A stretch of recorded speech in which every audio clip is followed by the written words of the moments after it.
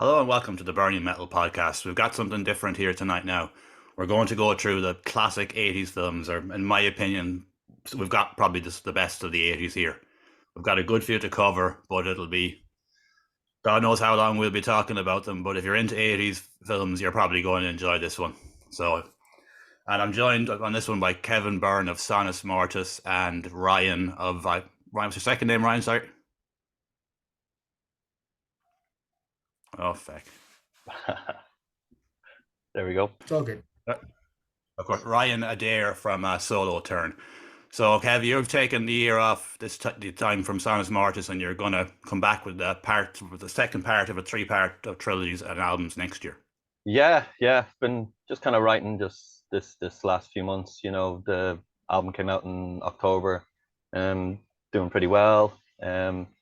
Spotify listens are good as well, and they've kind of kept up, which is surprising. Usually, kind of drops off after a week or two. Mm-hmm. But yeah, I was happy with the response, and then I was kind of like, I kind of need a break now. I've done a few albums in a row since 2020, done one pretty much every year. So like, yeah, needed a kind of a break, but you still never really break away from it. Like you kind of always want to just grab a guitar and play music. So I kind of decided maybe once a month I'll try and stick to maybe writing a tune or two, and yeah, kind of sticking with that now. And I'd say I have about 4 or 5 songs now. Kind of want to get to 10, and then refine them, and then just do the vocals then afterwards, and then maybe record them, and then look for maybe May next year, somewhere around maybe just before summertime. That's the kind of aim for the moment. So, but yeah, it'll be kind of a trilogy because they're all kind of fairly similarly themed, So this one kind of sits in the middle. So it'll be more like not the last album, but the album before that, Collapse the Mountain, will be more that kind of it won't be as much doom stuff. It'll be more kind of on the symphonic death side of things. So yeah, going good. I'm happy with it. Not so bad. And of course, Ryan, you released your debut EP late last year, and you're working on another EP, and you've got a gig announced today with Untold in Dundalk with Sky Pilot and Haint. So, and of course, you're still in the Metal to the Masses. Yeah, we've got it's been a sort of a whirlwind the last sort of 6 months. From making the live debut in Limerick in December, and then straight into Metal to the Masses in January. Then we were lucky enough to get through to the semi-finals. And then, as you were saying, we've got the 20th of April in Tolls in Dundalk with Sky Pilot and Hint. It's just been, and then with the second EP, we're currently in the process of recording that. So no, it's sort of strange. If it's all systems go, but at a nice steady pace. So fingers crossed we'll get the second EP sort of recorded tonight. If we get that out around May time, I think we'll be happy. And then it's just pushing on to see what the rest of the year has. We would love to get maybe another EP out before the end of the year, but one step at a time. See how we get on with this Metal to the Masses thing first. Exactly. And you never know what Metal to the Masses like. It can go on anyway anymore. Oh, listen, we were talking last Thursday when we were down, and everyone I was speaking to, I mean, the Metal to the Masses in Belfast. I've been seeing the heats as well from Dublin, but the heats in Belfast, they're stacked. They're absolutely stacked. I mean, that first heat that we had the return of Astronaut after 5 years away, who are just absolute riff machines, and then Devilsome, who were I'd never seen them before, absolutely fantastic band, and Delusional Silence, who are no strangers. I think they were down at the Grand Social there in Dublin last week. So just 3 great bands that we played, just a great lineup of gigs, regardless of the competition side of things. Just a fantastic gig. That's a good omen for you to get through. You never know. Listen, take it as we call it. That for our second gig, as a band getting through to the semis and getting the chance to play again, it was that alone was brilliant. And I see you're repping the t-shirt, so we sold a load of merch. You're a band, Solo Turner, a band very close to my heart tonight. That's it. So get t-shirts while stocks last. Exactly. Buy shit. Buy stuff. Support your local scene. Sure, I'll kick on with the 80s. So first one now, it might be an underground one, but it was the first film that I ever seen in the cinema back in the day. The Black Cauldron. Did any of you ever remember that? Oh, is that one of the Disney Sword and Sorcerer? Yeah. Yeah. I think I remember vaguely seeing it as a kid. Yeah. Yeah, it's kind of a dark themed one compared to what Yeah. Disney kind of fleshed out in the 90s with, like, Lion King and all. And yeah, they kind of moved away from that completely. That was kind of the last remnants of, you kind of get it with Pinocchio and stuff, the kind of dark kind of Yeah, the themes, darker themes. but it's completely gone now, obviously. But Mm. we won't get into that. You know what? It's bizarre the stuff when you think of that, when you think of modern Disney now and the Pixar and Star Wars and Marvel, you forget sometimes about how dark some of the things were back in the day. I watched the documentary last night on Salvador Dali, and apparently when he got into film and when he moved to America during the Second World War, he was working with Walt Disney to produce a movie. I can only imagine what that would have been like. Oh, Disney are a far cry now in every regard. Oh, They're Disney at this point now are they're a train wreck. They're a train wreck. Yeah, they need to take risks because what they're doing at the moment is trying to stay safe, and everyone kind of knows it's a product now that they're pushing as opposed to anything else, like it's superficial kind of stuff. So that's it, and they're just rehashing old, they're rehashing old material, and these live remakes of the old class. Just leave the classics alone. We don't need to see live remakes. We can watch the old stuff. It's great. There was nothing wrong with it. It was brilliant. Exactly. Like I remember there was a meme going around at the time of the Lion King, where all the facial expressions were the same no matter what the circumstance. You gotta save. Disney were renowned for at least copying like old. Like you see Robin Hood, you can see the same type of things in Aristocrats and stuff like that. Yeah, you can see the same cells being used, same cells being used, but at least different characters, Yeah. But in saying that, I saw a thing yesterday, and I can't remember the name of the series, but Lion King, the Disney's Lion King, is almost shot for shot ripoff of this Asian movie about about a lion family and all that. It's almost a shot for shot remake. I was blown away. But whether or not that's true, can't believe everything you see on the internet. And of course, when we're talking about the 80s, we have to talk about this boyo, don't we? Mr. E.T. himself. Amazing. Just amazing. Cultural phenomenon at the time. E.T. was everywhere. And it clashed with The Thing, and The Thing got absolutely slated. Yeah. Because, E.T. was seen as the friendly, family alien movie for all. And then this came along and it just got canned completely. It was just bad timing.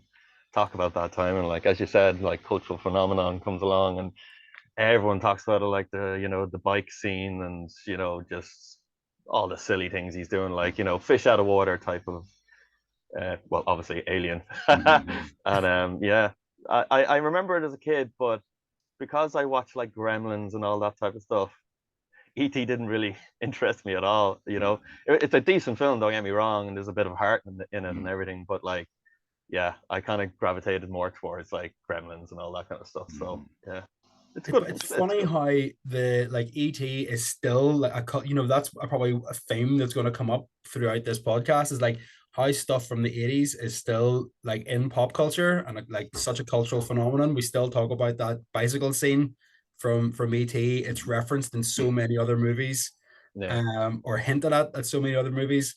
But as fun and as lovable as E.T. was, I side with Kevin because I was more Gremlins, Critters, that side of the house. Don't forget the Ghoulies as well. Yeah, that's a classic. The Goonies? Ghoulies, yeah. The Ghoulies? That's a new one. It's a new one to me now. Oh, it was basically it was like a rip-off of Critters and Gremlins. Yeah, there was a few. Now you're going like CD movies, but there was a good few rip-offs once Gremlins was so successful, like, a good few. They all jumped on the gravy train. Yeah. And of course, because of the recent passing of Carl Weathers, the next one on our list will have to be The Predator, one of the best 80s films ever. An absolute classic. And you say Carl Weathers, but the cast, Jesse Ventura, Arnie, the king of the 80s, the action hero, you know what I mean? Still to this day, the action hero. Just a fantastic movie. Also, initially, had Jean-Claude Van Damme. Yep. As the Predator. Yep. and looking, the suit was obviously totally different whenever he was meant to be the Predator, but when it was recast, totally changed the theme. That would have ruined it if they kept with that bug ant type thing. Oh, I think that it was like a praying mantis type. Yeah, Predator. it looked bad. He was sweating in it and everything. He was having awful trouble in it. Luckily, He had terrible. Yeah. He had so many issues with the suit. Kevin Peter Hall was just perfect because he was just massive. Like, well, that's it. He could sort of match on, even with the prosthetics of the suit and stuff. That he could match Arnie for sort of that intimidating figure that he had. It was just fantastic. Really cool. Yeah, it was definitely a top three for me. It's huge replayability, and I think it was Stan Winston that they took on to redesign it, and he was on an airplane, and James Cameron was sitting beside him, and he was sketching out the new design, and it was Cameron that mentioned, it's like, oh, I think that should have dreadlocks.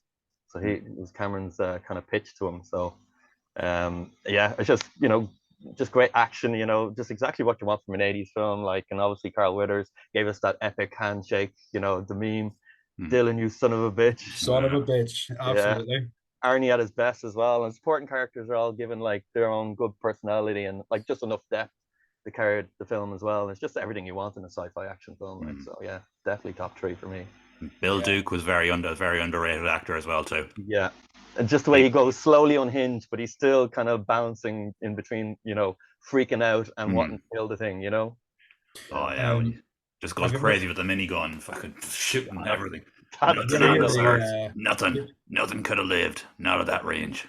Do you ever hear the story that Jesse Ventura and Arnie tell about the wardrobe issues, the costume issues?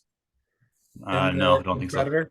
So obviously Jesse Ventura was in the bodybuilding and WWF and all that sort of stuff at the time, was considered himself quite, a strong man, and had never previously met Arnie before, and had said to the wardrobe lady, she was like, hey, can you find out what his bicep size is? So she comes back and she's like, she tells him his bicep size. No, Jesse Ventura is like, this guy's biceps aren't as big as my biceps are bigger than this guy. But Arnie had preempted him and had made all his costumes smaller. So whenever he showed up on set, absolutely jacked and ripped, Jesse Ventura was like, all right, okay. Put him in his place. Just totally put him in his place. I think Jesse Ventura was trying to put on Arnie's costume and stuff to see what the size difference was, see how much bigger he was. And then Arnie shows up just absolutely jacked. And your man who plays Billy, I think he was a bit of an issue on set. He had his own security man, but they were saying it wasn't for the other people, it was for Billy himself. I can't remember his name. He was like a politician or something like that afterwards. Or was that your man with the chain gun, the minigun? Jesse Ventura, he became governor. He became a politician afterwards. Yeah, mixing that up. But yeah, I don't know what ever happened to Sonny. I never seen him in anything else. Yeah, I didn't. Yeah, he just kind of disappeared into obscurity. If you're going to be in one film, be in that one. Yeah, what a movie! And then some of the sequels, I suppose, were hit and miss.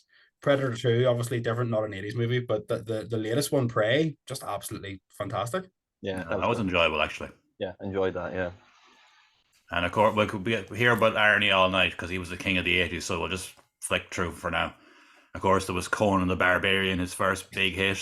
Yes! Yeah, that was brilliant. Yeah, we have to say, of course, Bill Duke and himself are back together again in Commando. Yeah, that was great. Over the top. And over the top. When it comes to Arnie and quotable films for all the wrong reasons, that's the Running Man, the cringe of them comments. Follow me, light bulb. Follow me, Christmas tree. Hey, Christmas tree. Oh man, so many, everything. You could virtually quote almost everything Arnie says throughout the 80s. You know what I mean? Everything he said was just absolutely classic one-liners. Brilliant. Yeah, he just kept going, didn't he? Yeah. You think one or two films you get some quotes and you'd be happy for the rest of your life. Countless. No, absolutely. I mean, he obviously had that one from the Terminator that followed him his entire life. But I mean, even from Conan the Barbarian, the crush your enemies, see them driven before you, hear the lamentations of their women. Brilliant. Absolutely brilliant. Yeah. I guess nothing hurts you, only pain. Conan the Barbarian and Conan the Destroyer, those sword and sorcery movies, two absolute classics. a really, really brilliant, brilliant movies.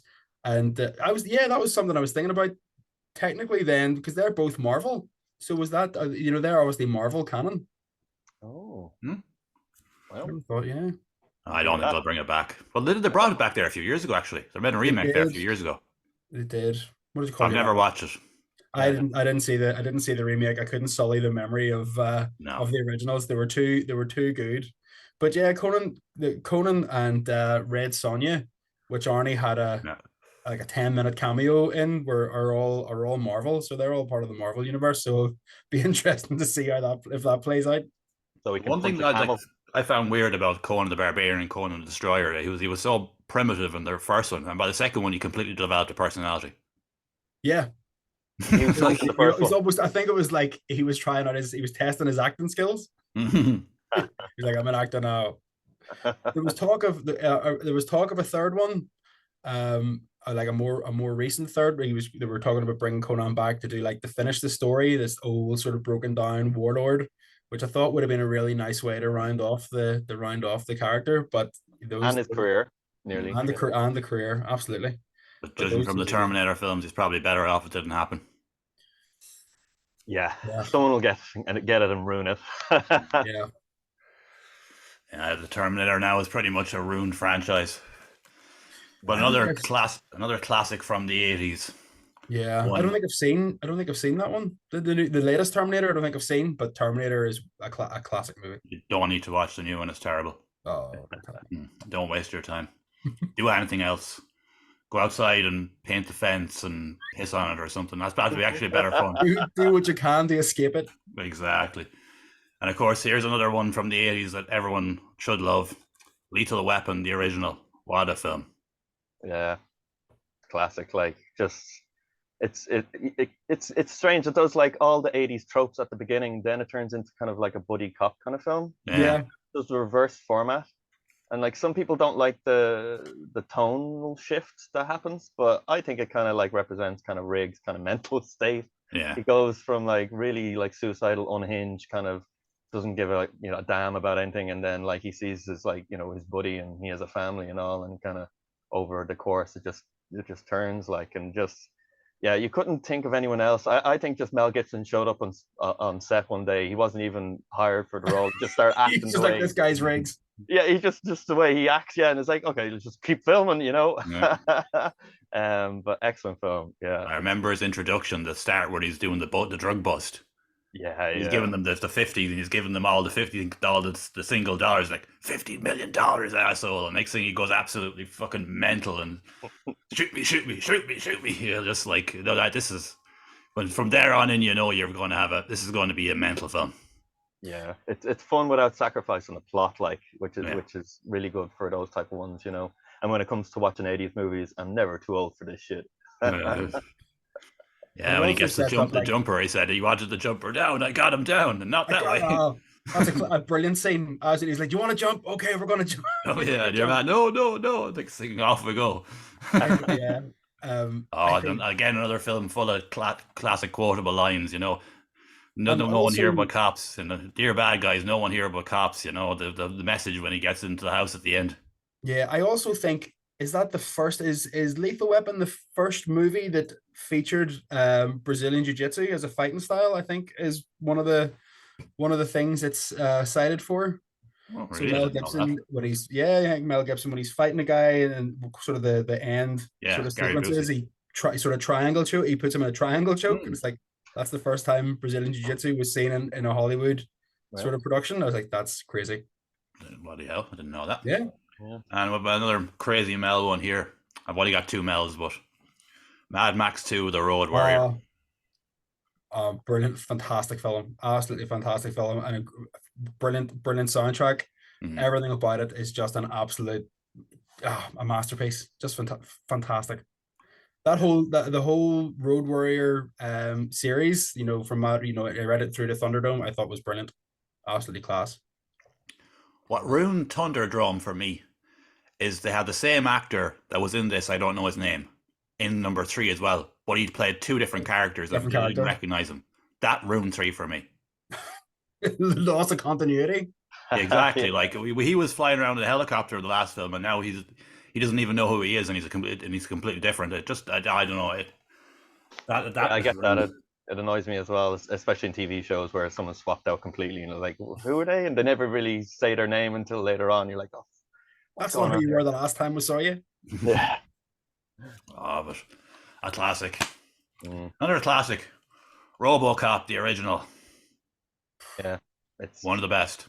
it's brilliant. Yeah, it is one of the best. It has to be like a top movie for me as well. Yeah, easily a top 5.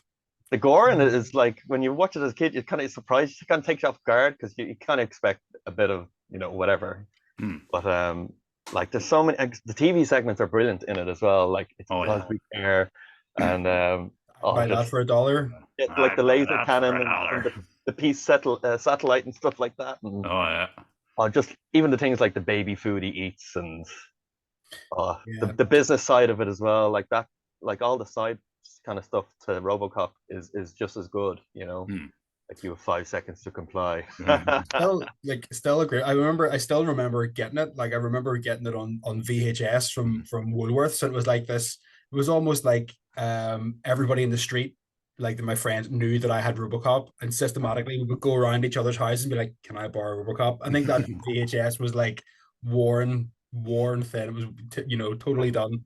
But I watched it. I rewatched it not too long ago, and it's still the only thing about it that doesn't hold up is the animation of the Ed 209. The stop motion. That stop motion stuff doesn't. I mean, if they remastered it and redid that, it would still to this day be a fantastic film. Mm-hmm. I remember when I watched it young, the car scene when your man came out the toxic waste, and I'm like, oh my god, He just explodes over Oh, the yeah. over the windscreen. And then you just see your man in the car turn on the wipers. No, I don't care. I'll just turn on the wipers and keep going. Yeah, I saw. Funny enough, I saw a RoboCop meme today, and it was like that's one I'm bringing up tonight. That was like, the tale of RoboCop. Murphy dies, and they still make him show up to work. You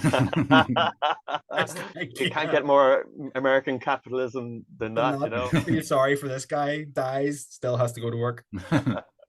And he gets no day off either. He has to be there 24/7. 24. Well, until he's strapped into his chair eating baby food. Exactly. But, getting his testing out like. Yeah, it's brilliant. But, brilliant. Everything about that, the scene where he has the blade that comes out of his in between the green blade that comes out of his knuckle. Oh, so cool. Yeah, and that gun was just deadly.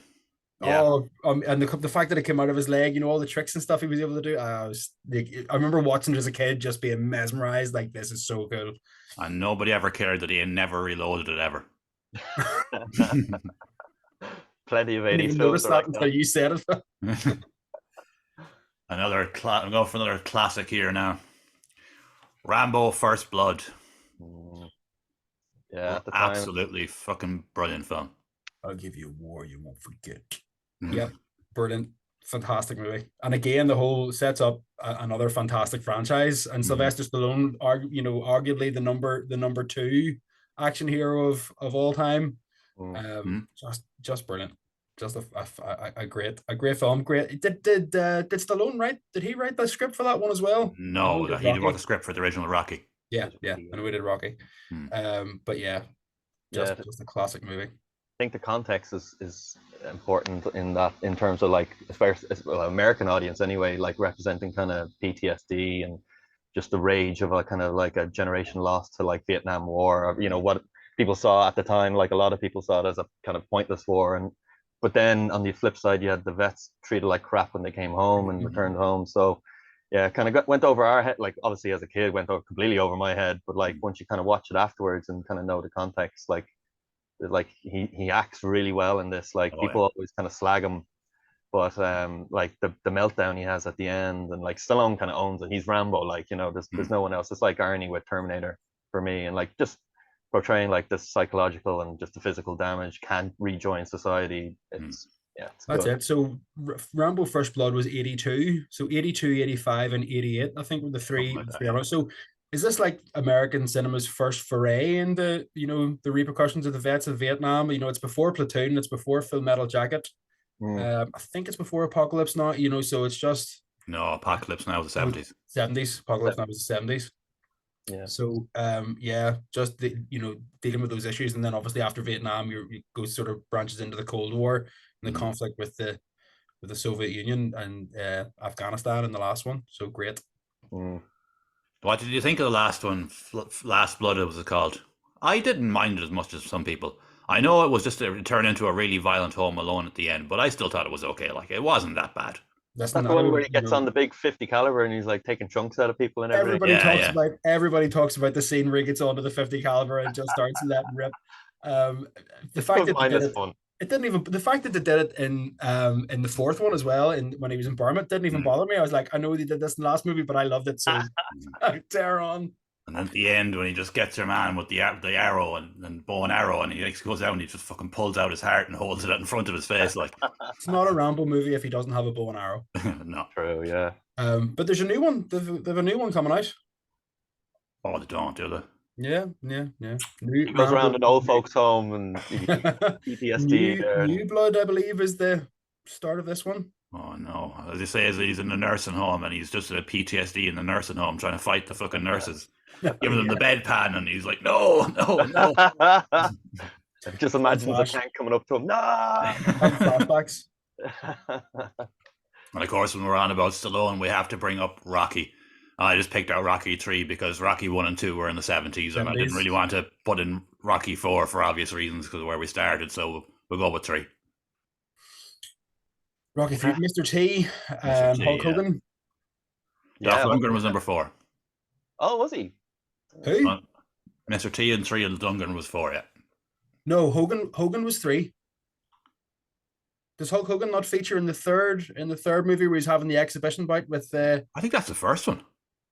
Or the second one is the second one. He has the wrestling match with Hogan in the second one. Is it the second one? That's the second one, yeah. Fair enough. But yeah, the third one, yeah, again, just a classic, the classic Stallone movie. Where he has the breakdown with the manager dying, and then he goes to train with Apollo Creed, changes his fighting style, that whole scene. And again, an epic, absolutely epic soundtrack, just fantastic songs from start to finish. Just even like when you're in the gym, as cheesy as it sounds, you put on, if you need a bit of motivation, you put on the Rocky soundtrack. I know everybody talks about like Eye of the Tiger and stuff, but I mean, Hearts on, Eye of the Tiger, I think was the fourth, but Hearts on Fire, brilliant, an absolutely brilliant song. Wasn't Eye of the Tiger? It was made because Freddie Mercury didn't want them to use Another One Bites the Dust for. Oh, is that right? So everyone, if you ever look on YouTube comments for that song, they're like, "Thank God, Freddie rejected it because we got this song instead." That was written, for it. So. But just even mention 4, like, I think if there's one thing we can learn from these Rocky films, you can never defeat a man who blocks punches with his face, like, like the ultimate blocking technique in the history of boxing. But like, these films, like, they're, it's not about the technical boxing accuracy. Like, everyone knows that. It's about like the heart and like, determination, perseverance, like true, like against all odds, like in the fourth one, he's against pretty much a machine, an unstoppable Russian machine. Yeah, and just like, but it's amazing. Like from 1 to 4, anyway, for me, it's like they're highly entertaining, but like they have a decent story. Like you think after like 2, they'd be like, I don't know, we'll repeat the same kind of things going on. Like he always managed to have something new or within each one, so. Yeah, I wonder what they'd be like to rewatch them now, because I haven't actually seen them since I was a teenager. Actually, they still well, certainly 1 to 4, they still hold up. And as you're saying, Kevin, after 2, when he wins the title, he gets the belt. Just sort of go, where else is there to go from here? But the fact that they were able to continue the evolution of the Rocky character. Even now, as they branched off into the Creed movies, and Rocky's still there as an older trainer. The evolution of that character, and again, we're talking now 2020s. We're still talking about Rocky. That series has followed through. What's that, like 40 years? Unbelievable. 50 nearly. We're nearly 50. Yeah, so we're near 50 now. Yeah, I'm going.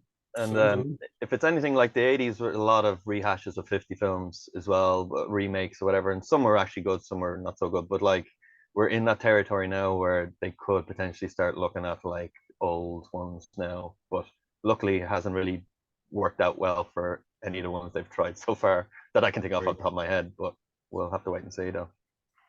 I think that it's one of those. Listen, trying to remake or rehash some of the. I mean, these are classic, classic films. And as you're saying, anytime they've tried to redo them or rehash them, it's fallen on its face. It hasn't been as well. And I think there's still, I think there's still a real feeling of familiarity and comfort with some of these movies that nobody wants to see them redone because the old ones are just so good. We still have such fond memories of them. Yeah.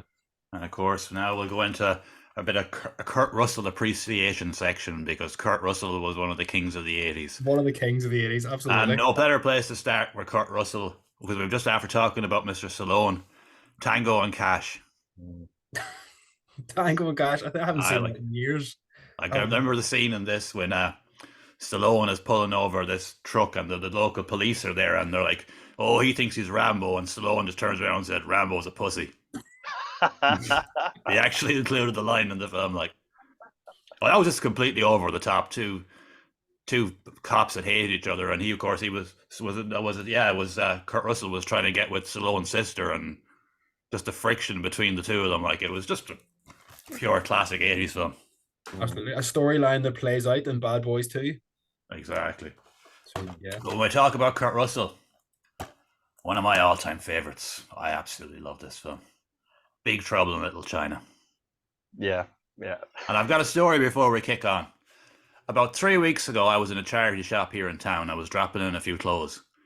And I spotted this there, and it was like €1. And I was just like, they don't know what they have here. I said, maybe it's worth 20 quid. Brought it home, looked it up online. 80 quid it goes for. Yep. I'm not going to sell it, but it's nice to see you find a €80 film in a charity shop for €1. Yeah, I was going to say, Philip, it was seeing that on Facebook that I was like, you wouldn't sell it. It's so like it's such a good movie, an absolutely classic film. As I said to you online when we were talking, I still remember seeing it it was one of those, when I came home from school, my grandfather was like, you have to see this. And it was Scotch tape recorded off Channel 4 or something, just absolutely brilliant. A great storyline, just a great adventure movie. I know it flopped in the cinema; it wasn't a hit at all. But just really good, just really good fun. Something you can get on board with and follow the story through. Yeah, great. For John Carpenter reference, like it influenced Mortal Kombat the game and everything, like. Yeah, the Raiden character. Yeah, that's right. With the four. Yeah.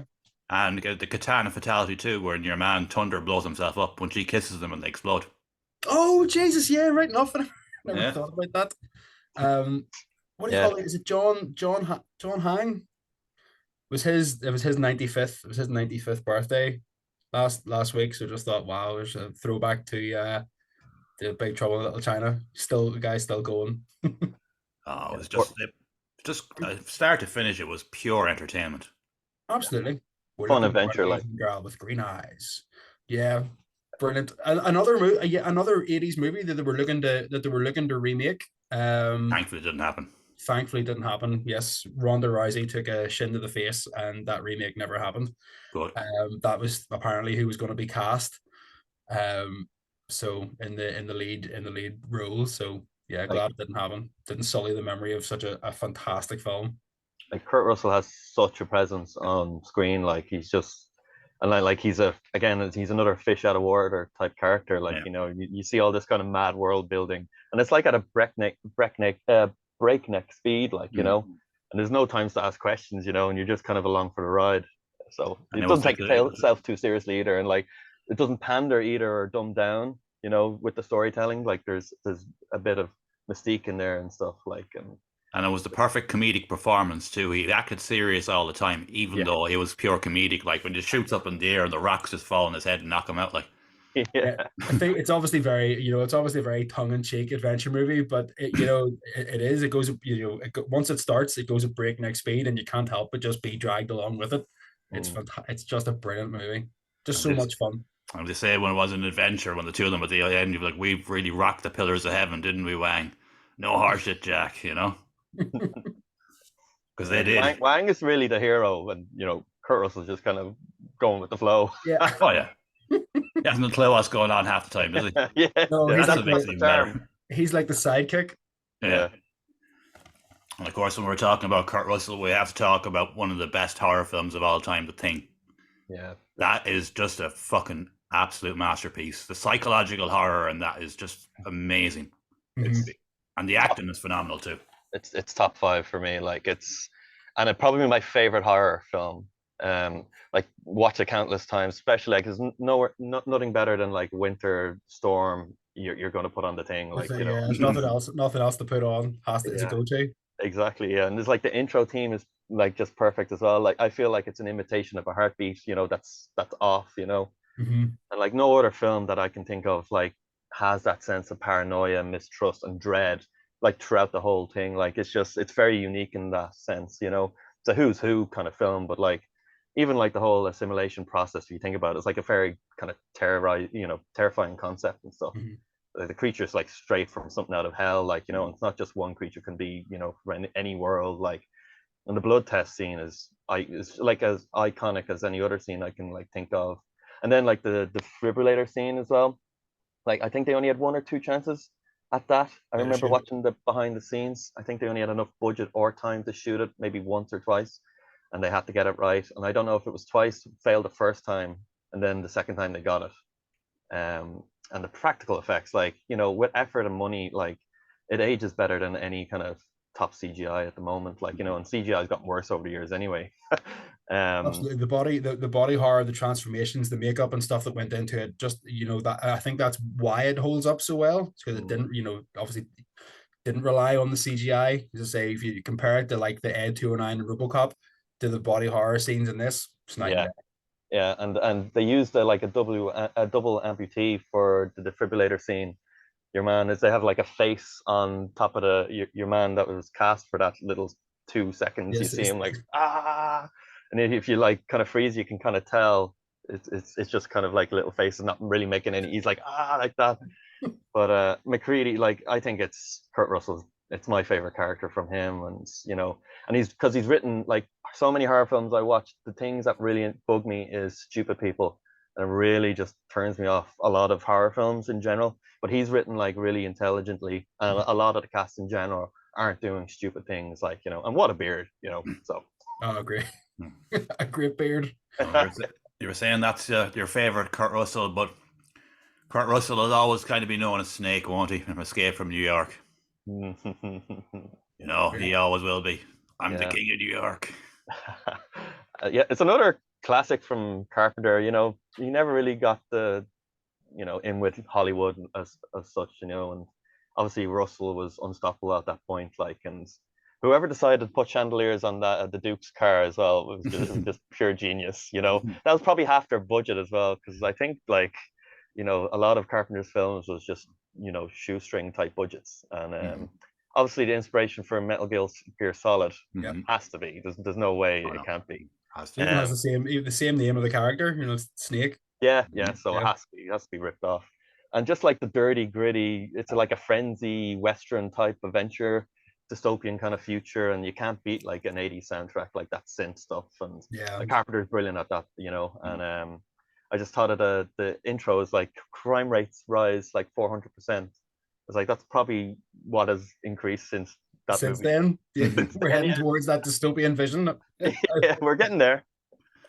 Sure, New York is pretty much lawless now. It was now recent, and I don't know what it's like now, but it was a stage there where they were defunding the police and stuff, and the place was just gone mental. Like, yeah, I think below 1,000, if you rob or whatever, they don't go after it now. So, yeah. So there's a lot of kind of videos if you see it online and stuff like that. Yeah, people just walking into stores and just taking bag full of stuff. And you see like even water, like with the locks on them and everything, the digital kind of locks, and they have to, like, that's just madness. Like, it's crazy times.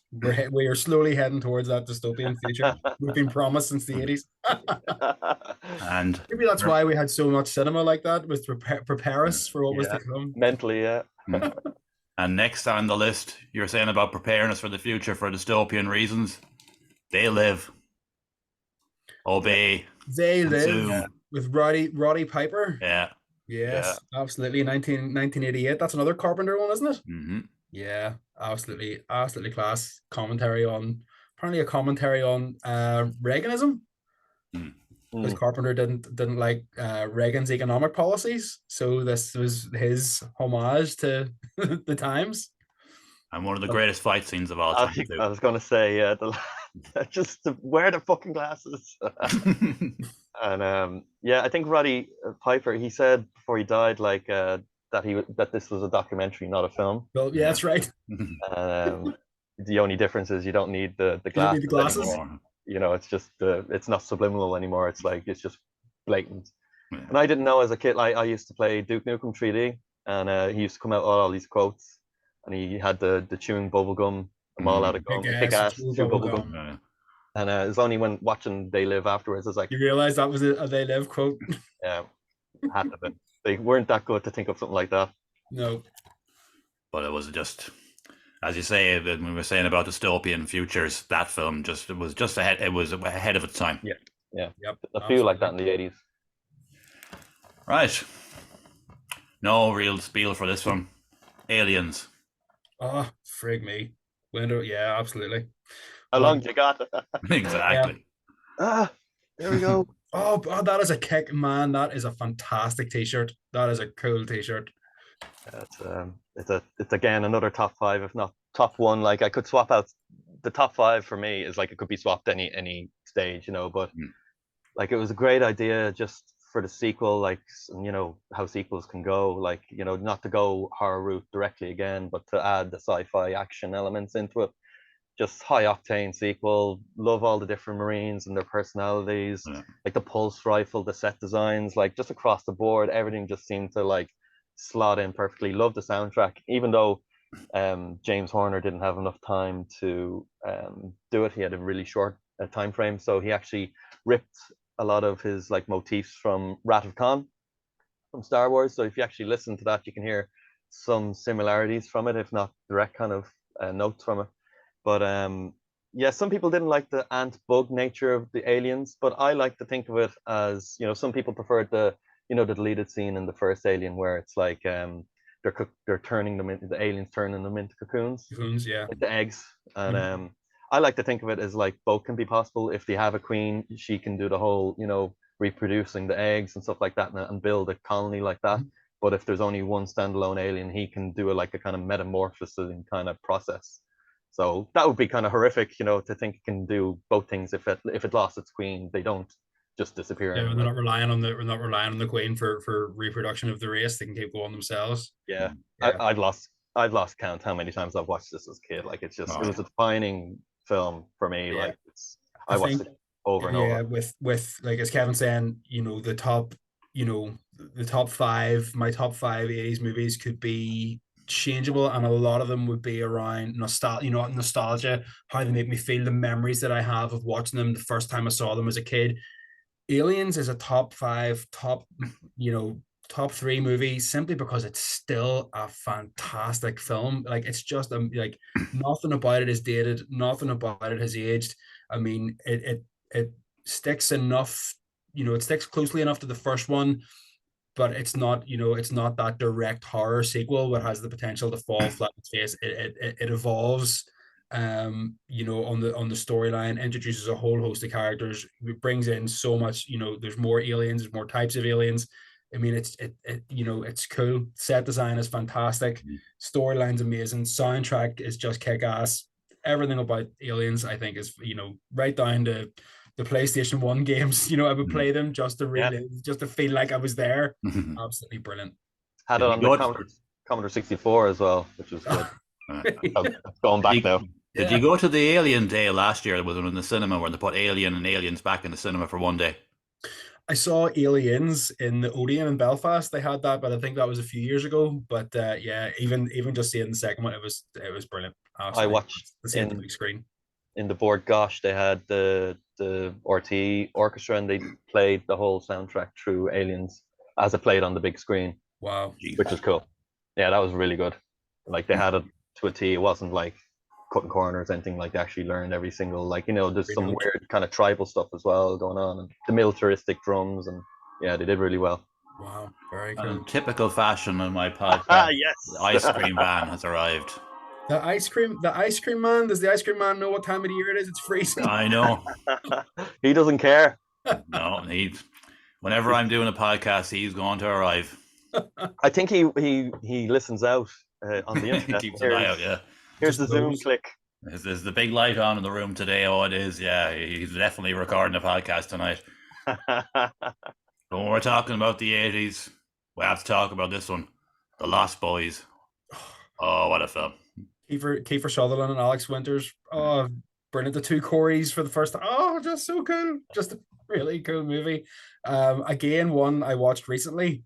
The missus had never seen it. I was like, "You've never seen how have you never seen The Lost Boys?" Exactly. Just brilliant. Yeah, and again a great soundtrack. And I cannot remember the name of the saxophone, the sexy saxophone guy. He's all muscly. No, I don't remember either. Is it Tim Coppola? No, He's still touring that, so he is. He is. He's still touring it to this day. Yeah. Yeah, that song, I Still Believe, just another great 80s, hit from a fantastic film. Just the soundtrack was superb. Yep. I've never seen that. Is there two sequels? I've never seen either of them. I've no intention of seeing them, but the Lost Boys is just great. It's like it's like a grown up version of the Goonies. It's a little bit out there. It's cool. Classic. Roadhouse. Absolutely love that film. It's such a ridiculous premise, but like actually works so well. Yeah. And like there's always a bottle to throw, there's always some glass or window to smash, or some table to like break. Tough guy bouncer gets rolled up with the mob. Yeah. And like, you're too stupid to have a good time. I think if there's a lesson to be learned from this movie, it's like, all problems can be solved with a roundhouse kick. With a roundhouse kick to the face. Yeah, to the face, yeah. Or some unsuspecting victim, like, Have I made this up, or is there a scene? Maybe is it Roadhouse where Patrick Swayze rips out some guy's vocal? He rips out his throat. No, vocal cords. No, no, you're right. No, it is. It is. You're right. It is at the end. The end fight. It is. Yeah, you're right. Yeah. He rips his throat. Literally rips his throat out. I've forgotten about that. Fighting on the island and the house all on fire and everything. Oh, an absolute classic. I'm so disappointed. I know they're hyping it, but I'm so disappointed they've remade it. It was just such a good film. Have they remade it? Jake Gyllenhaal and Conor McGregor. Yeah, there's a trailer out for it now. Oh, okay. You can stay where it is. Yeah, but I want to watch Roadhouse. This is where I'm going. Well, that's it. You know what? You kind of see, everyone's 80s Patrick Swayze is like Dirty Dancing Patrick Swayze, and then you kind of go, oh, Roadhouse. What? He's just an absolute badass. That dancing paid off. Yep. The sequel. Yeah, classic. Yep. One people won't remember really, but I loved it when I seen it first, and it still stands up today. 48 Hours. Nick Nolte and Eddie Murphy. Nolte and Eddie Murphy. No, that's one of them. That's a new one. A new one of me now. Beverly Hills Cops now would be my Eddie Murphy one, but yeah, I haven't seen it. I've seen clips. But... Again, Eddie Murphy. Even the Beverly Hills Cop movies, I don't think I've ever seen them. They just sort of skip me by. Well, 48 Hours is one you should check out if you get the chance at some point, because it's just Nick Nolte and Eddie Murphy just work off each other perfectly. And Nick Nolte was a very underrated actor. Yeah, he did that real like low pitched voice, like he just had a bit of, kind of like Kurt Russell in a sense that he had a good presence on screen. Like, well, I'll just give you the premise of it. Eddie Murphy's in prison, and Nick Nolte's the cop, but he needs Eddie Murphy to do what they need to do, and they have to find out how to work together. It's like a bit like Lethal Weapon. Oh, okay. Yeah, it's just one of those underrated 80s classics that everyone has kind of forgotten. And we've got a bit of a comedy section now, but a lot of these we can skim through. But see that. I saw the cover. The first one now we'll have to talk about, because Airplane, the original spoof, and probably still the best. Which would never ever get a remake. No. Couldn't do it. there's no way, you know. It's just that dry kind of humor and like wit is just kind of, it got lost like once kind of the Naked Guns were finished and stuff. No one could really do it well. Yeah.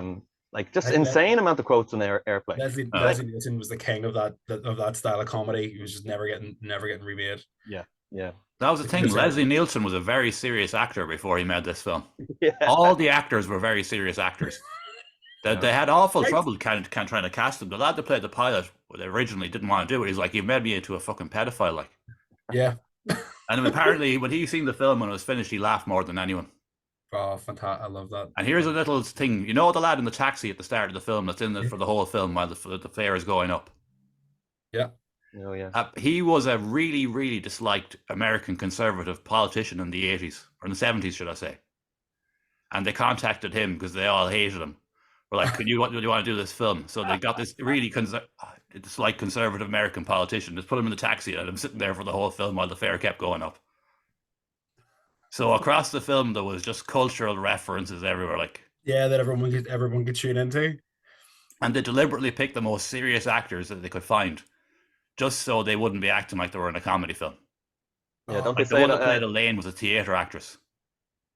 Yeah, didn't Steve Carell say something along those lines? Like, you know, if you're gonna play comedy, you can't play it as a comedic actor. You have to play it straight. You like, you got to be serious.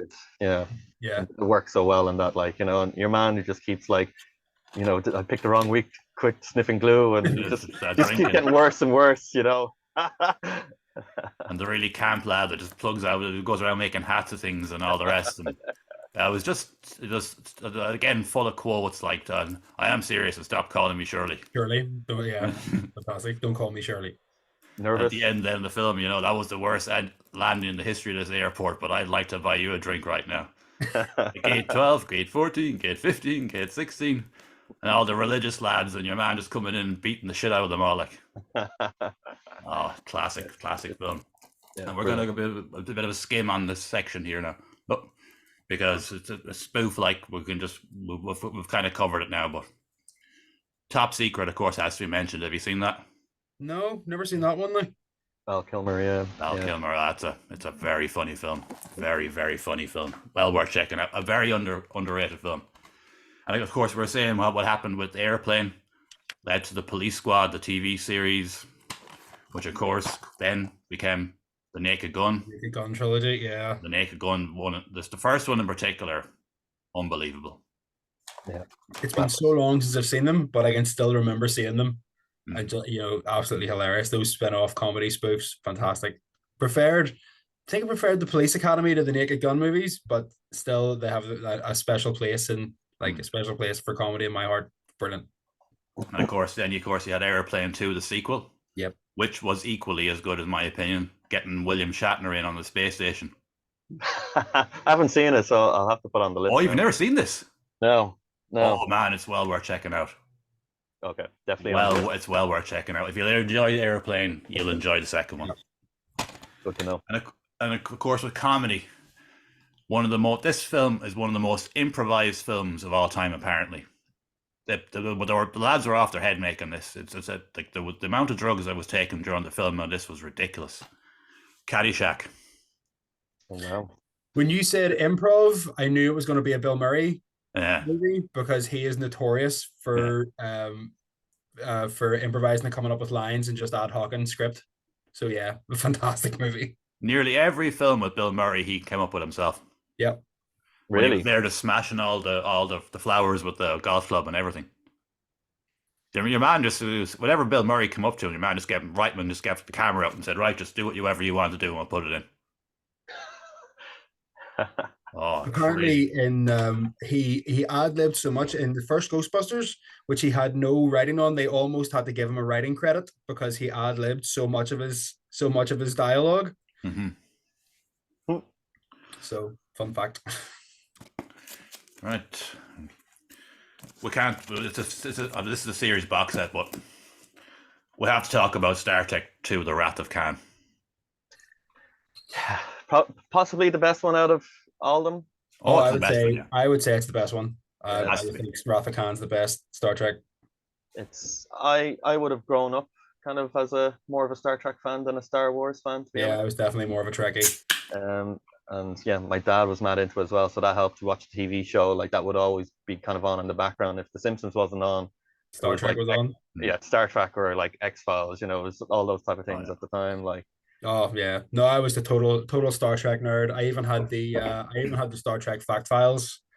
You know, growing up out of subscription, it was like getting all the schematics and stuff of all the ships and the weapons and the uniforms, whatever they meant. Yeah, love Star Trek. Wrath of Khan's a fantastic movie. Even like the remake. I remember I watched the original Star Trek back in the day, and I didn't. It went over my head completely. But the then I first seen one. number 2, and I was just like, okay, now I'm No, I on get board. it.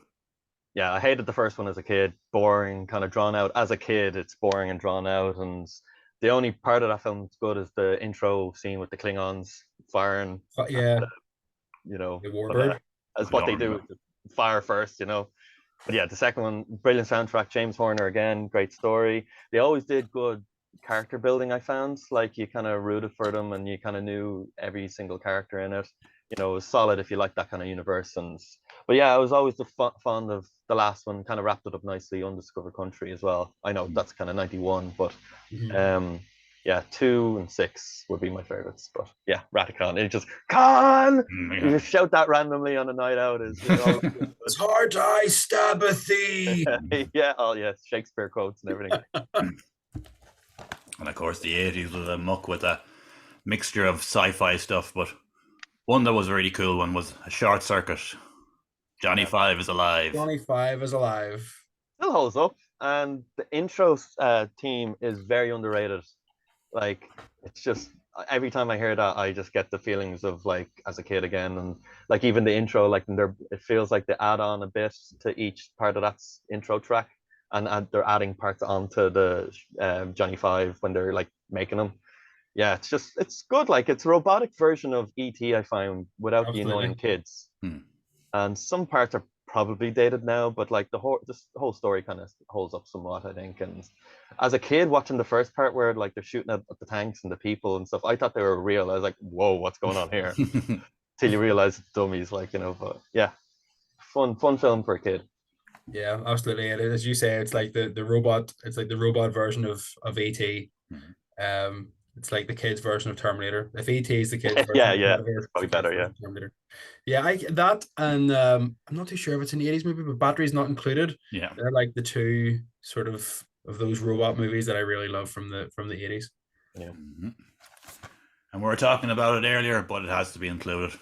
Gremlins. Love it. Every Good film. Christmas Yeah. has to go on every Christmas. It's Yeah, it's a just good it's Christmas such a film. great movie. I The think it was scene, planned. the chairlift. Brilliant.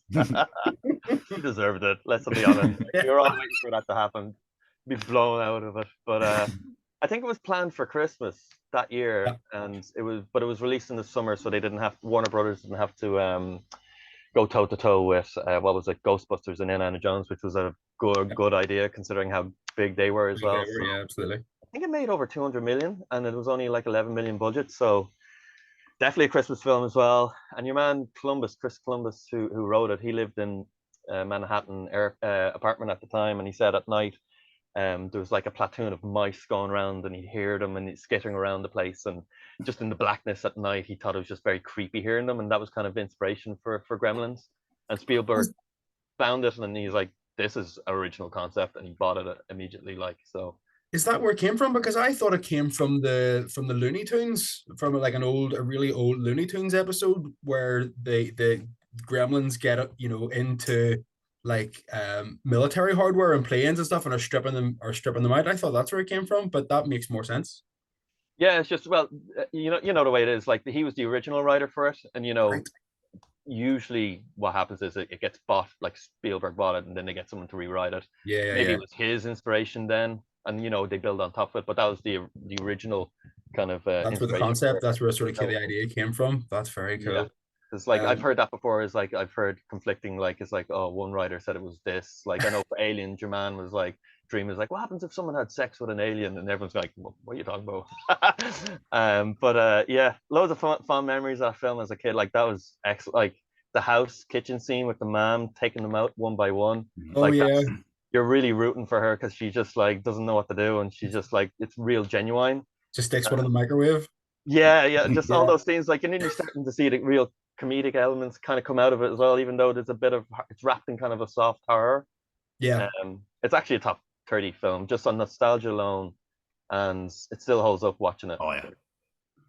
yeah. Absolutely, still holds up. That and its sequel, I think, are both Christmas staples in our house. They're absolutely fantastic. Really great movies. You either go the Cameron route of making it bigger, better, or you go the Joe Dante route of just, he didn't even want to Him. do a sequel. He's like, just give me a truckload of money, I can do what I want. And they're like, Yeah. okay. Mhm. And it's just zany and wacky and just what kind of you want from a sequel as well. So, And of course, when we're talking about Gremlins, we have to talk about the other one, the Critters. That was another 80s classic film. it's Yeah, I 86. yeah, I love the part where it's like they have a bit of personality that the critters, like it's just they have weapons. It's like, so what? Then just one gets blown apart by a shotgun, the other guy's like, fuck. Yeah. Yeah, I suppose like obviously Gremlins was my go-to. I don't want to ruin my memory of this because obviously this was a lot more tongue-in-cheek horror, like Yeah. more gore. So I wonder, like, I still remember the funny moments like that, but I do wonder if I rewatch it again, would it still hold up? So I'll probably have to put on the list for Halloween this year, I'd say. Yeah, it's just this idea of this. What was the story that this band of aliens escape from a penal colony and make their way to Earth, and then just start to terrorize the places? And Just brilliant. the lads Just coming nothing after more them, and to it. he casts his face as a famous singer. Yeah, it's just good crack. Just Right. yeah, Yeah, it's good. Right. Yeah. We've got a big one here. The Terminator. again, like aliens. Where do you start? Where do you start? Absolutely fantastic. Great movie. That sort of synthwave soundtrack. Everything about this movie was just so good. And again, that iconic, give us that iconic Arnie line. The I'll be back. That he pretty much built his career off. Just just absolutely amazing. Apparently, there was a conflict before, so Arnie was originally wanting to play Kyle Reese. Mm. And whenever he was having dinner with Cameron, and he was talking about whoever Cameron was casting to play the Terminator, he needed to understand that he was a machine, and he needed to have this fundamental, that he could be human in no way at all. He needed to just be, very monotone. And Cameron was like, you need to be the Terminator. Yeah, no So question. he was like, no, I'm Kyle Reese. I'm trying to launch my acting career. The Terminator has like 6 lines. I don't want to play this. But yeah, he absolutely, like, he knocked us completely out of the park. It was fantastic. Yeah, again, I'd say it's a top 5 film for me, no question about it. Like a lot of my lyrics from the past few albums have stemmed from like these kind of concepts of like, just warning about like the futures of future tech and AI, and the idea of a robot coming self-aware, especially back then, like such a great premise to be like terrifying for people, and like Sarah Connor and Ripley, like they're among my favorite characters from the 80s, like just thrown into situations that have no clue about, but it's like a fight or die, and they transform over the course of the films and like into formidable forces on their own right. And like Michael Biehn, like I always wanted to be him, like as a kid, like he was just so badass to me, and like just what an action hero, like being able to play Hicks and Reese. Yeah, You couldn't ask for better roles, and like he got Don't lucky. forget, Like, Bill Paxton was killed by an alien in the Terminator. that's yeah, right. and it's a perfect 10 to me. Like it doesn't take long for the story to kick off.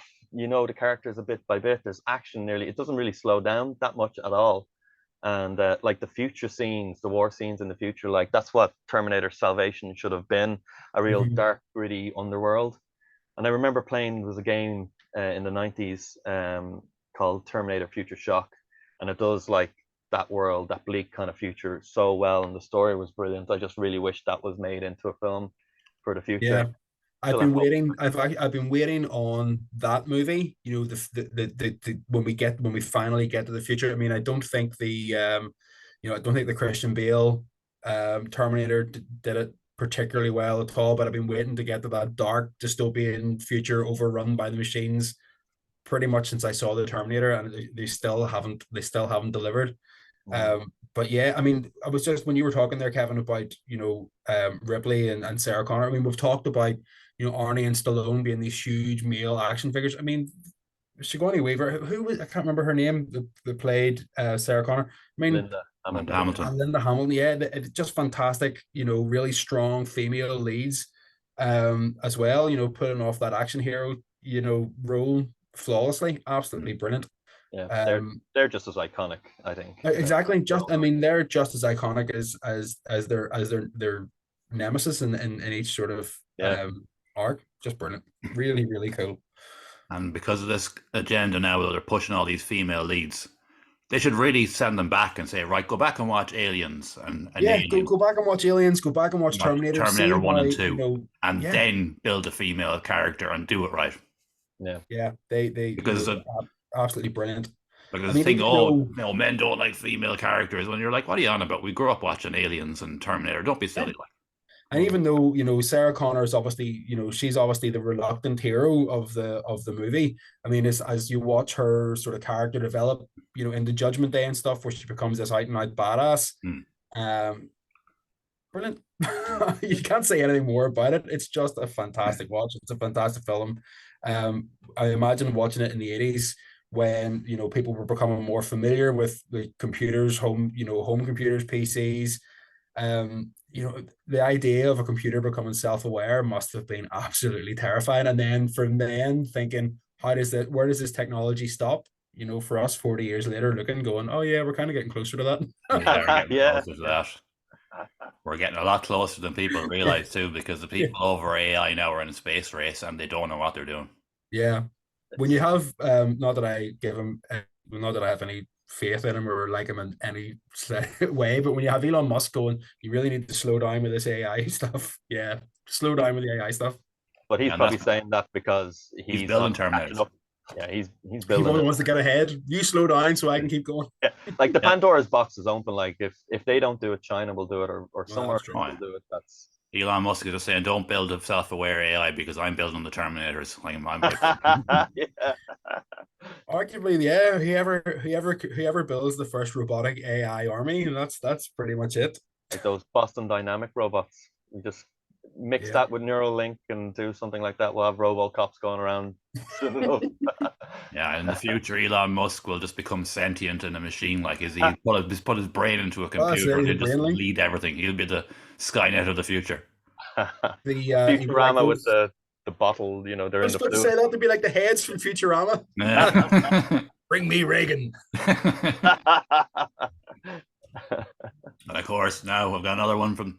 I thought this was the 90s, but it was actually the 80s. I had a few mishaps when I was doing this, but The Abyss. Yeah, God, I did watch it as a kid, but what always irked me about it was Michael Biehn was basically a bad guy, and as a kid, that was like, no, you don't do that to my boy. Yeah, Michael Biehn can't be a bad guy. Yeah, I remember as a kid, honestly, I didn't like it. I don't know why, but it was just, there was something about it. I think it was jarring for me, the fact that he was a bad guy in it, and I didn't want that to happen. So that was always on my mind. So I think visually at the time it did look good, and it was a different concept. And I know that was probably James Cameron's first kind of watery fascination. I was just about to say that. James Cameron's first foray into underwater movies. He just couldn't wait, but he couldn't wait. I think it was, from what I remember, it was an average movie. Maybe I need to go back and see, but it probably might be dated now. I'll have to see. I haven't watched it in ages, and the reason being is I love water and I love open water swimming, and the fact that there was the alien was water based, I was like, yeah, I can't watch this. It's just too much. Sure, we're still getting parodied to this day, like James Cameron, the explorer of the sea. No budget too big, no sea too deep. It's him, James Cameron. Was that South Park? Yeah, South Park. Yeah. Oh, brilliant! Best show ever. Yeah, love South Park. I have up to season 20 in there preserved. You're not taking South Park away from me. If you try and cancel it, I've got it in physical. You're never taking it away from me. I love my South Park. Yeah, oh, it's so good, and they're so on point with the writing as well. You know, their I'll political just get better over time. satire. It just gets better every season. Mm. And we've got to give a bit of love to the Irish scene, even though it was produced in Ireland. An absolute all-time favorite of mine, Excalibur. Oh God, I don't think I've seen it. I haven't seen it. Yeah. Oh, you've never seen Excalibur, lads? Patrick No. Stewart, is it? Patrick Stewart in it? Gabriel Byrne is in it. Who's in it? Gabriel Byrne is in it. Yeah, yeah. Oh, this is a foreign language cover because it's impossible to find now. But Gabriel Byrne, yeah, Patrick Stewart is in it. Yeah, Yeah. Helen Mirren. Oh wow. Yeah, Might have seen no, it. Patrick Stewart, Gabriel Byrne, and Helen Mirren. What a cast! Jesus. I've seen bits of it on TV before, but I didn't get to see the full thing. It was kind of like the usual. You're on at 10 o'clock or something like that, and you've seen only half of it. But yeah, I remember Patrick Stewart being in it. But it's a long film. It's like over 3 hours or something. It's a long film and it's very dark as well. How long is it? I can't. I've watched it about 5 times over my life. Really dark and gritty. But with the name like Excalibur, is it the King Arthur story? Is that it what is? it Yeah. is? Yeah. Merlin's in it and all the rest. It's lads. That's your homework now. Watch that. Yeah. Especially when it comes to the 80s. Yeah. The Goonies. Hey, you guys. The Goonies Again, are good another enough. thing you can shout out at a random night out. Yeah. Or at a festival. If you want to get a festival campsite chant going, hey, you guys. There you go. Yeah. Yeah. Well, Decent I don't know how many times I watched that as a kid. Yeah, same. I don't know, it just pulls you in as a kid, doesn't it? It's like back then it's like a really good adventure, and like probably wouldn't make my top list, but it's a decent and very memorable. Kevin. It's a memorable film from my childhood, definitely. But yeah, as good. Oh, absolutely. I mean, it's just it's everything you'd want from like a childhood. But that's the way. When you look back and you sort of think back in your childhood, that's the way you wanted your childhood to be. Just these really cool adventures. Yeah. Out exploring with your friends. Maybe not getting chased by a criminal gang, but But I mean, but the Fratellis. I mean, even there was something lovable about the Fratellis, even though they were constantly chasing these kids. But it's just such a cool movie. Again, you can't help but look back at it with fondness. I remember watching the DVD for the first time. Again, it's one of those ones that you had on VHS. But the the scene at the start where is it Corey Feldman, and he's translating in Spanish and he's talking to the Spanish home. What they're saying is like the most like talking about hiding cocaine, and this is where the father keeps like the slave and this sort of stuff. I was like, this is crazy stuff. Any wonder it wasn't subtitled back in the day. So if you do watch it, make sure you put the subtitles on. See what's coming up. See what Corey Feldman is saying. He's like, and if you don't do it this way, he's gonna come home and he's gonna beat you. It's just like, what? And of course, Data with all his inventions and everything else. And and you could link. I know it's not an 80s movie, but it was in your pile. You can link Goonies to Jurassic Park in their costume design. So yeah, the Mouth, Data, and Chunk, their costumes show up in Jurassic Park. I'll have to look out for that.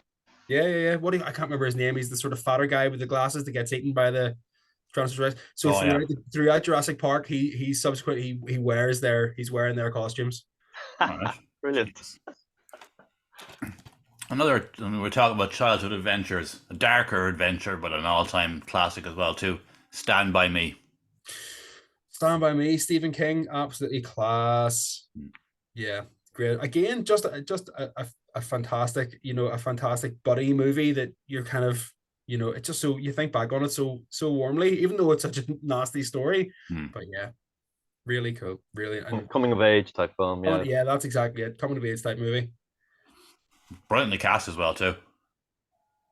Yeah. River Phoenix. Is River Phoenix? River Phoenix is in it, yeah. And Kiefer Sutherland is in it. Kiefer Sutherland. The guy that played Will. And Star Trek Next Generation. Star Trek, Next Generation. Can't remember his surname. No, I can't remember his name now, but it was just. But I just remember the scene. And Corey Feldman was in as well. Corey Feldman, yeah. I just remember the scene with the leeches. When they're going through the river and they come out. Yeah. Yeah. pulls it out, and down he I remember goes. that. I remember that scar. Absolutely, the thought of that completely scarring me as a child. You know. Yeah, and even like Sean Austin from Lord of the Rings, as he's more known in Stranger Things, like he was in the Goonies as well, and That's right. you can Yeah. never link that because I think he looks a bit different, but you can see it probably in the face a bit. But like, yeah, and there was who was Brosnan as well. Yes, that's right. And of course, in then the Goonies, your man was in it too. I can't. His name was escaping me. He was in Deadpool 2 and shit. What was the other one? Oh, can't. I'm blanking. But I know he made a big comeback all of a Oh, sudden there a couple of- Josh Brolin. That's yeah, that's Brolin, it. yeah, Brolin. I said Brosnan. Josh Brolin, yeah, and he's in the new June as well. Yeah, he's really made a comeback all of a sudden. Yeah, absolutely. And you know what's a good one as well, just to link it a bit. You're one the mother of the villain in the Goonies. She's in Throw Mom Off the Train. Oh, she is. That's right. Yeah. That Yeah, is she a brilliant. is. That's one of my top. Has to be a top one. I just had to mention it. It's just Owen. There's so many good parts in that. Excellent. And of course, people say this should have been a one and done, in my opinion, when it comes to the 80s Highlander. Oh, The first one was Christopher Lambert, It should have Sean left it at Connery. that. Oh, fantastic.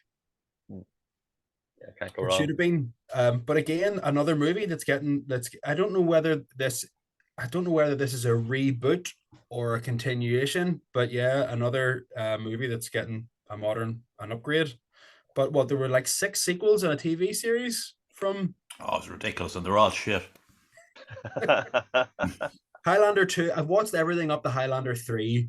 And admittedly, I enjoyed them all because I was young enough to be like, this is still really class. This is a guy running around cutting people's heads off and living forever.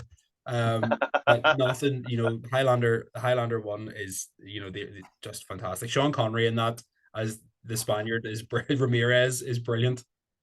The Spaniard He's with playing the Scottish Spanish accent. character with a I was really gonna thick say, he Scottish just accent. doesn't bother, like, No. That's him all over, like. It's all over the place, really. Yeah, and that the character of the Kurgan Yeah. was just so dark and menacing, and his the fact that he's got he alters his voice because he's had his his larynx partially separated from this having the sword put through. Just brilliant, fantastic. And of course, this is a film from the 80s that they tried to bring back, and it was a disaster, as we all know. The TV series is even gone now; it doesn't exist anymore. Willow, Val Kilmer, and the man himself. Yeah, it's a great film. Yep. Was it a series that they did, or was it another movie? It was a series they put up on Disney Plus, and it got so badly slated they actually were deleted it off the service. Yeah. Oh, no way! Seriously? Yeah. Yeah. I loved it as a kid, and again, similar to the Goonies. That was better than the Goonies for me. Not to compare, because it's more fantasy adventure. Yeah. Sword and sorcery. It's not really like for like, but Val Kilmer is just excellent in it. Mad Mardigan. Yeah. Again, it's James Horner again. He's done like so many 80s classics films, and like it's different for each film nearly, that once he gets time on them, like, and Willow has a great soundtrack, and it's just fun, just the whole way, and it's just a really fun adventure movie. It's absolutely fantastic. As you're saying, Val Kilmer is Mad Mortigan, just one of his really iconic characters, I think. And you can see him really getting into the character. Yeah, that and Tombstone is probably the bad guys were cool as well, like Malmorga and Krull, where you had the skull face. Yeah, that was always cool. Oh, yes, that's right. Even though he's a bad guy, I was like, I like this guy. He looks cool. Even though he didn't really, when I seen the still of him first, but he didn't really contribute much to the film, really. No, he was just a sort of menacing presence that you knew was there, but he didn't contribute much. Yeah, as a kid, you always get that warped feeling that they're in it more than they are, and then when you rewatch it, you're like, oh, that's kind of strange. But like, yeah, and even the monsters, obviously now with like the practical effects is like stop motion, a lot of that stuff. It looks dated, but I mean, it's still cool to see, and like I'd still take that over, really blotchy CGI, that just takes you out of it. Like, at least with that, it still looks like it belongs in it, of sorts. Like the Hydra kind of thing at the end, that was quite cool. The 3-headed dragon. Yeah. And when man Val Kilmer is there spinning the sword, and everyone starts running away, and he's thinking, "Aha, I've got you!" Behind him, and like, "Oh fuck!" Yeah, that's one of the best parts. Yeah. Oh, and then of course, I no, I won't say that. I won't say that in case nobody's seen it. It's a massive spoiler that I won't give away. If you haven't seen Willow, go and watch Willow. Exactly. Yeah, it is good. And we got to give an actual Irish film. It's in there. My Left Foot. Daniel Day-Lewis, was this his first Dan Oscar? Day-Lewis, yeah. Yeah. Brenda Fricker. That's one of the best acting performances of all time. Oh my God! I mean, you know, the fact that Day-Lewis is a method actor. I mean, being in character, you know, must have been insane for that length of time. Crazy. I haven't seen it actually, but I've Have you ever always seen heard My good Left things. Foot, Kevin? Oh, it's No. great. It's a great film and fantastic, just a fantastic performance by Day-Lewis. I mean, you could tell at that stage the guy was something different. It was just a fucking acting god. Oh yeah, yeah. The level of commitment to that role, just must have taken. You know, as I say, it must have been so physically demanding. Because once he goes into character, oh, he's nuts. That's it. He never comes out. I was watching the Leonardo DiCaprio talking about working with him in Gangs of New York for Scorsese, and he's like, one day, you know, like every day we were on set and we were talking to one another, and we'd see each other at lunch, and it was cool and it was fine. And one day I said, "Hey Daniel, what's happened?" And he just went, and he was Butcher Bill, and that was it. Then he didn't speak to him again for the rest of the shoot. It was like real so intimidating. So to be to be that character for the entire time and to be wheelchair bound must have just been insane. Insane. And he pulled it off to genius levels. And one that's not really a big, massive, beloved 80s film, but I just wanted to put it in because this is a film that you cannot watch anywhere online. It's starting to go for pretty big money in America now because it's a beloved film that for many. Cocoon. This does not exist unless you own a physical copy. Well, makes you question why. Disney owned the property. Oh no, I know, but the idea of this species that come down and can live forever and regenerate, sort of, you're wondering. And then with the stories of Walt Disney being cryogenically frozen, you're kind of wondering, is there something more to it that they won't show Cocoon? Exactly. I only watched it as a kid, and I couldn't tell you much about it except there was old people in a pool. And that was, I was just always confused as a kid, maybe watching it. Never went back. What's going on? Yeah, what's going on here? I know James Horner again did the score for this one. But yeah, I can't remember much from it. It's quite hazy. But yeah, I just remember a pool and people putting people in the pool and stuff. I just wanted to put it in just as a reminder to people, well, when it comes to physical, if you own a physical copy of something that never goes away. Yeah. Like the thing about it is a massive solar flare hit, and it wiped the internet for 2 months. How much is gone? Fair point. Yeah. You know, I'm not one of those people that sit around waiting for it to happen, but it could. Yeah, there's something to be said about physical ownership. I mean, it gives you. I mean, whether it's DVDs, whether it's movies, whether it's music. I mean, having a physical copy of something means that you have it. It can never be taken away from you. It's yours. You can do with it as you please. If a streaming service all of a sudden takes down a movie, that's it. Like it even happened there recently with the PlayStation store. I don't know who's going to buy the stuff that was taken down, but people have paid for it, and it doesn't exist anymore. It's gone now, yeah. It's gone. Your money is gone too.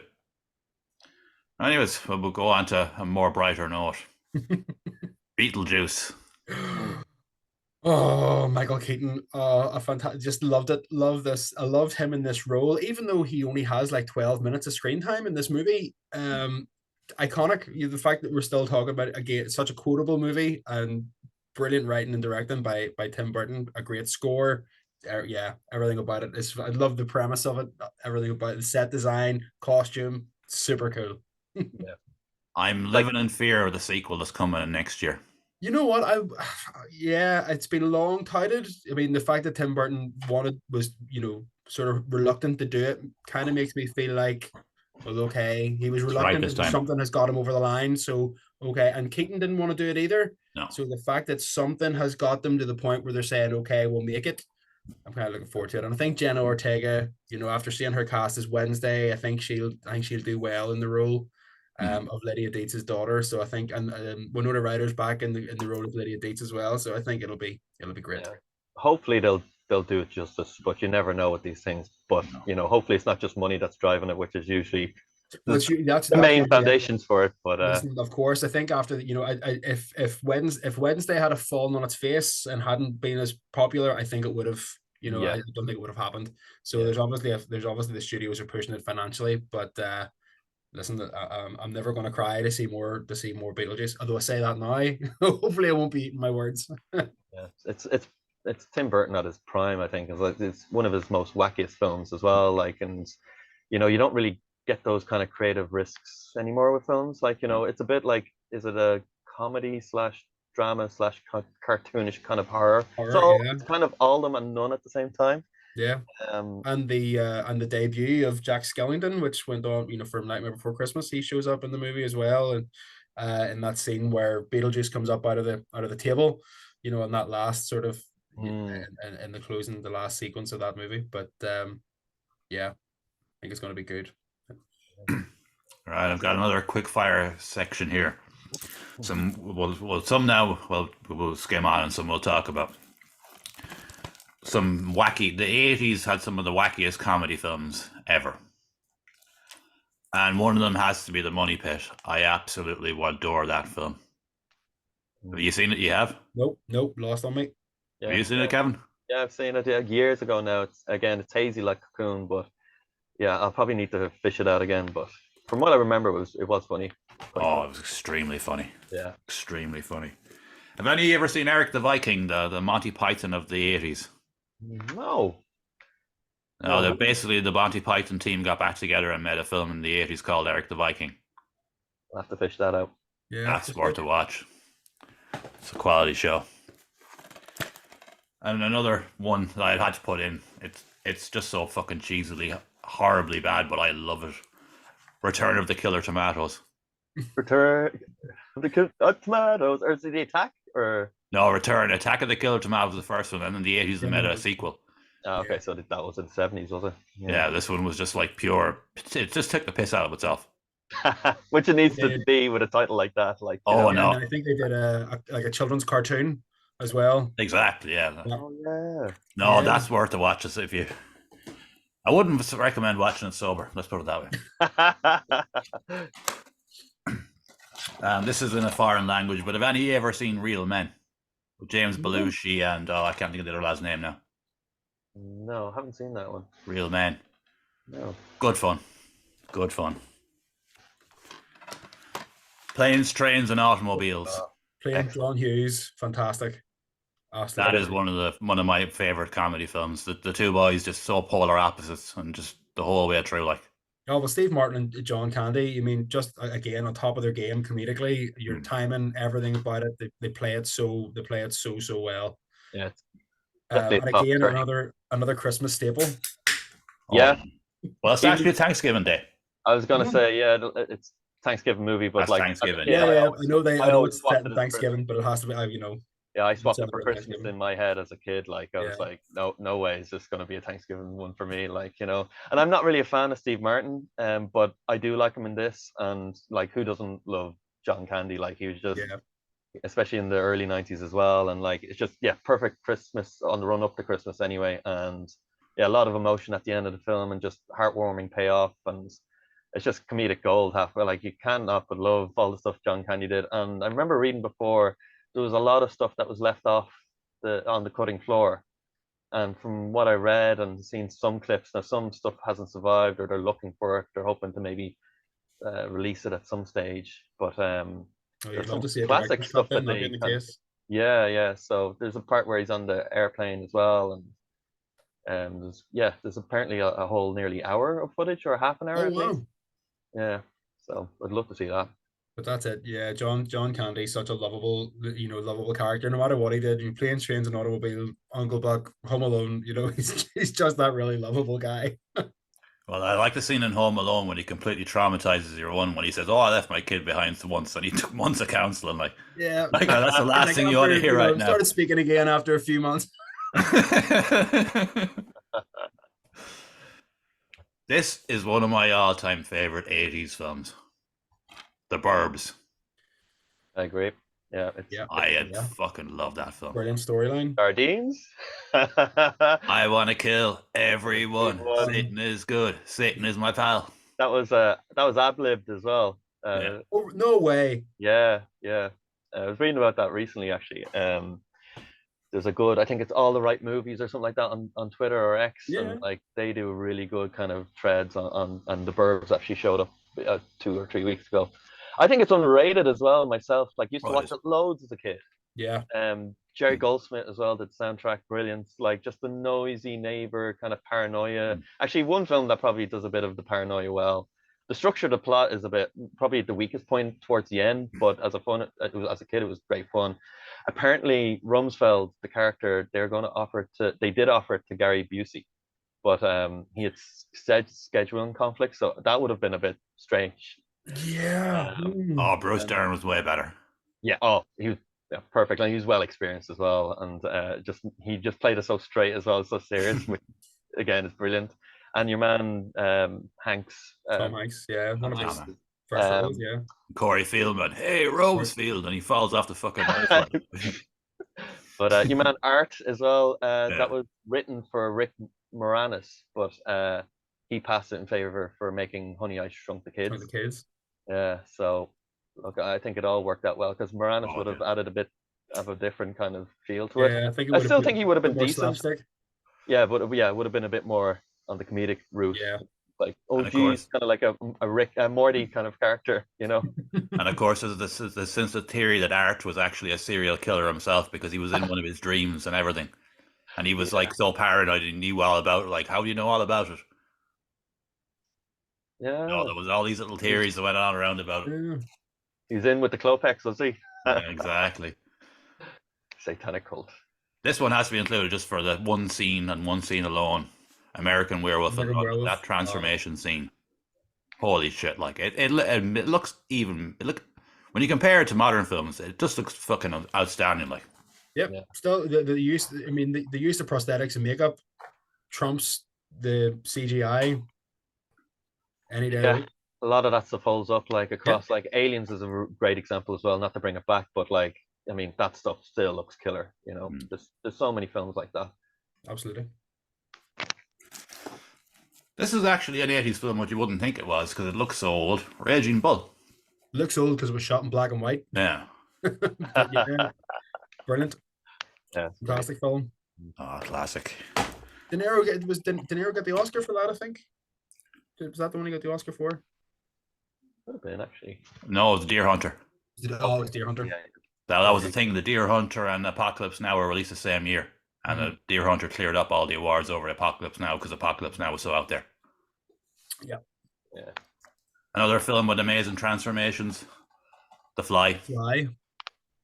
Yeah, you know you have something good when The Simpsons copy it for a Halloween special, you know. It's probably, if not the best, kind of body horror type film, along with The Thing, obviously. I was going to say The Thing. I think that's the better body horror, but The Fly, the Fly. Probably is because there's different. Yeah, there's not just the one, but of course, both films actually have the AI computer that can answer any question. I think just the main lesson from that film is like keep your workstation clean and sanitized. Exactly. Great film, brilliant film. Evil Dead 2, because the Evil Dead 1 and Evil Dead 2 has to be renowned as just a great 80s film. Yeah. Although, what is it? How do they classify the evil? The second, it's a requel, so it's part sequel, part remake. It's basically a remake of the first one, which come out. With a comedic twist, with a bit added on, with a bit tacked on to the end. Pretty much, yeah. I watched an interview with Bruce Campbell talking about it and just why they ended up doing it the way they did it was, really bizarre. It was all about, the kickback from the first one was so bad that they needed to go and sort of re-edit it and try to look at it from a different angle. And just met a behemoth in the process. Pardon? And just met a behemoth in the process. Like, it's beloved for that reason. Absolutely. I haven't seen any of the new ones. They're watchable. Okay. They're I Do they? heard watchable. the remake isn't as bad as other remakes, but still, you would still go back to the 1 and 2. Yeah, Evil Dead 2 and then the Army of Darkness. I just think Terrible, yeah. are Oh, brilliant. Army of And Darkness is the brilliant. and Ash versus the Evil Dead is class. Yeah. I think like the first one is like a straight up horror, but has Yeah. unintentional comedic Comedic moments. bits. Yeah. And Bruce was actually saying in his biography that they kind of zoned in on the premiere when those parts were getting laughs, and they ultimately decided to okay, we have to lean in on this for the On the sequels. laugh factor. And like just watching the second one as a teen, I'll just always remember the whole scenario with like him fighting his own freshly severed, possessed hand. Like, Yeah, hand. The evil got into my hand, so I love Who's laughing now? join us. Scrooged. Right. It's one of my favorite Bill Murray ones. If I had to pick, probably Groundhog's Day, but yeah, Scrooged is excellent. I always loved watching it. And your man Bobcat from Police Academy. Oh yeah. From Police I Academy. always loved that voice as a kid. Like, and sometimes in the back of your head, every now and again, it's like, oh, you have to go onto YouTube and just listen to that. It just, but yeah, Bill Murray is just perfect for that Scrooge role, and it's a nice like twist on the story. Yeah. You've seen a million times from a million different things, like so. Yeah, Yeah. well worth. Of all the ways that story has been told, shown, remade, Scrooged is just brilliant. Bobcat's voice, iconic. I mean, that's one of the signs of the 80's as far as I'm Isn't concerned. it? Yeah. Yeah. And Bill Murray and that character is just great. nails it. Oh, knocks it out of the park. Yeah. Well, we're talking about action heroes of the 80s. Gotta give a bit of a love to Steven Seagal, don't we? Nico himself. Never What was need to the give other up one? to- Out for Blood, actually. That was his best one. Yeah. Was that in the 80s or 90s? 80, that was the 80s. That was 80s as well. Yeah. Yeah. He's obviously gotten. Under Siege is my only Steven Seagal movie, the only one I'll watch. It's not. I think that's 90s. Steven Seagal and 96 or Tommy something, Jones. isn't it? Yeah. But yeah, Yeah, his film just went completely downhill from. Well, isn't there one about like global warming or something like that? And there's just some mad ones. He did just he fight global warming? it was something like that, yeah. But yeah, I mean, he had his moments, obviously, like and like Under Siege is obviously the one everyone thinks about. But yeah, there's some kind of unappreciated ones from the 80s, I suppose. Yeah. Another big one from the 80s, Blade Runner. Oh, yeah. Again, a classic. An out and out classic. Just still looks good. Soundtrack's phenomenal. Gutted the TV show didn't get the green light, but apart from the fact that it took a dent and put a dent in our local economy, but yeah, and even the sequel I thought was great. Oh, the sequel was brilliant. Haven't seen the sequel, seen Blade Runner, but Rutger Hauer, he passed away in 2019, and that was the same year his character died in Blade Runner. Oh wow. But yeah, the world building just brilliant. Like the Tears and Rain monologue that he actually rewrote and showed it to Ridley Scott. And he apparently was a huge essay of a monologue initially, and he's like, need to cut this down to like a few lines, and he added in the last two, like the Tears and Rain thing. Like it's just a cherry on the top. Like he's a soldier, like a model. Like he's literally born to kill. Yeah. And then like he learns like just life is whatever unique and stuff, and has memories, and there's an ending and stuff, and he chooses not to take life but save it, and like you don't need like world class, like it doesn't have world class like special effects or colossal fighting scenes in it, to do a good sci-fi movie. You just really need good actors, good lines, and good music. Yeah. We'll have to get a VHS in here. The Empire Strikes Back. Empire Strikes Back, my favorite Star Wars movie. Best of that, easily the best of that initial trilogy, and probably the best Star Wars movie until Rogue One. I'd agree. Yeah, Rogue One was good. The other ones, let's not go there. The less we say about them, the better. They were a tragedy. I'm not a fanboy by any stretch, but like that saga, like it would be included in my top 20 just because it's so iconic. The original trilogy, obviously, great. I mean, like Empire Strikes Back, I think everyone points to that as the best one. It's just the world building as well, and the characters, the set designs. Like I mean, there was a lot to that. It's just so unique as well, and the risk like Lucas would have had to take to make those, especially the original one. Obviously, it goes off the rails with the Ewoks and stuff. We should have known with Return of the Jedi how the prequels were going to end up. But like even with the prequels, like with all the meme territory it goes through, like comparing to the sequels, like it's just the abominations, like But as you said, Rogue One was decent. But it is a product now, under Disney, it's and we're just saturated with it now. I feel, and but fans lap it up once people go. It's gonna, Well, that's it. And all credit to Star Wars fans if they're into it. I mean, they're really into it.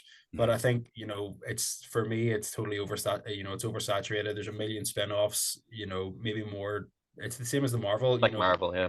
Too much to keep up with. And if I can't get into all of it, I'm not into it. So yeah. But this is a great movie. They need to do standalone stuff that'll be do something with a Sith from the beginning or something like that, and just make it dark, gritty, because Rogue One was a point towards that kind of direction. It wasn't gritty, but it was. But it was definitely heading in a darker direction. There was more action in Rogue One than there had been in a Star Wars movie for many a year. So it was really good.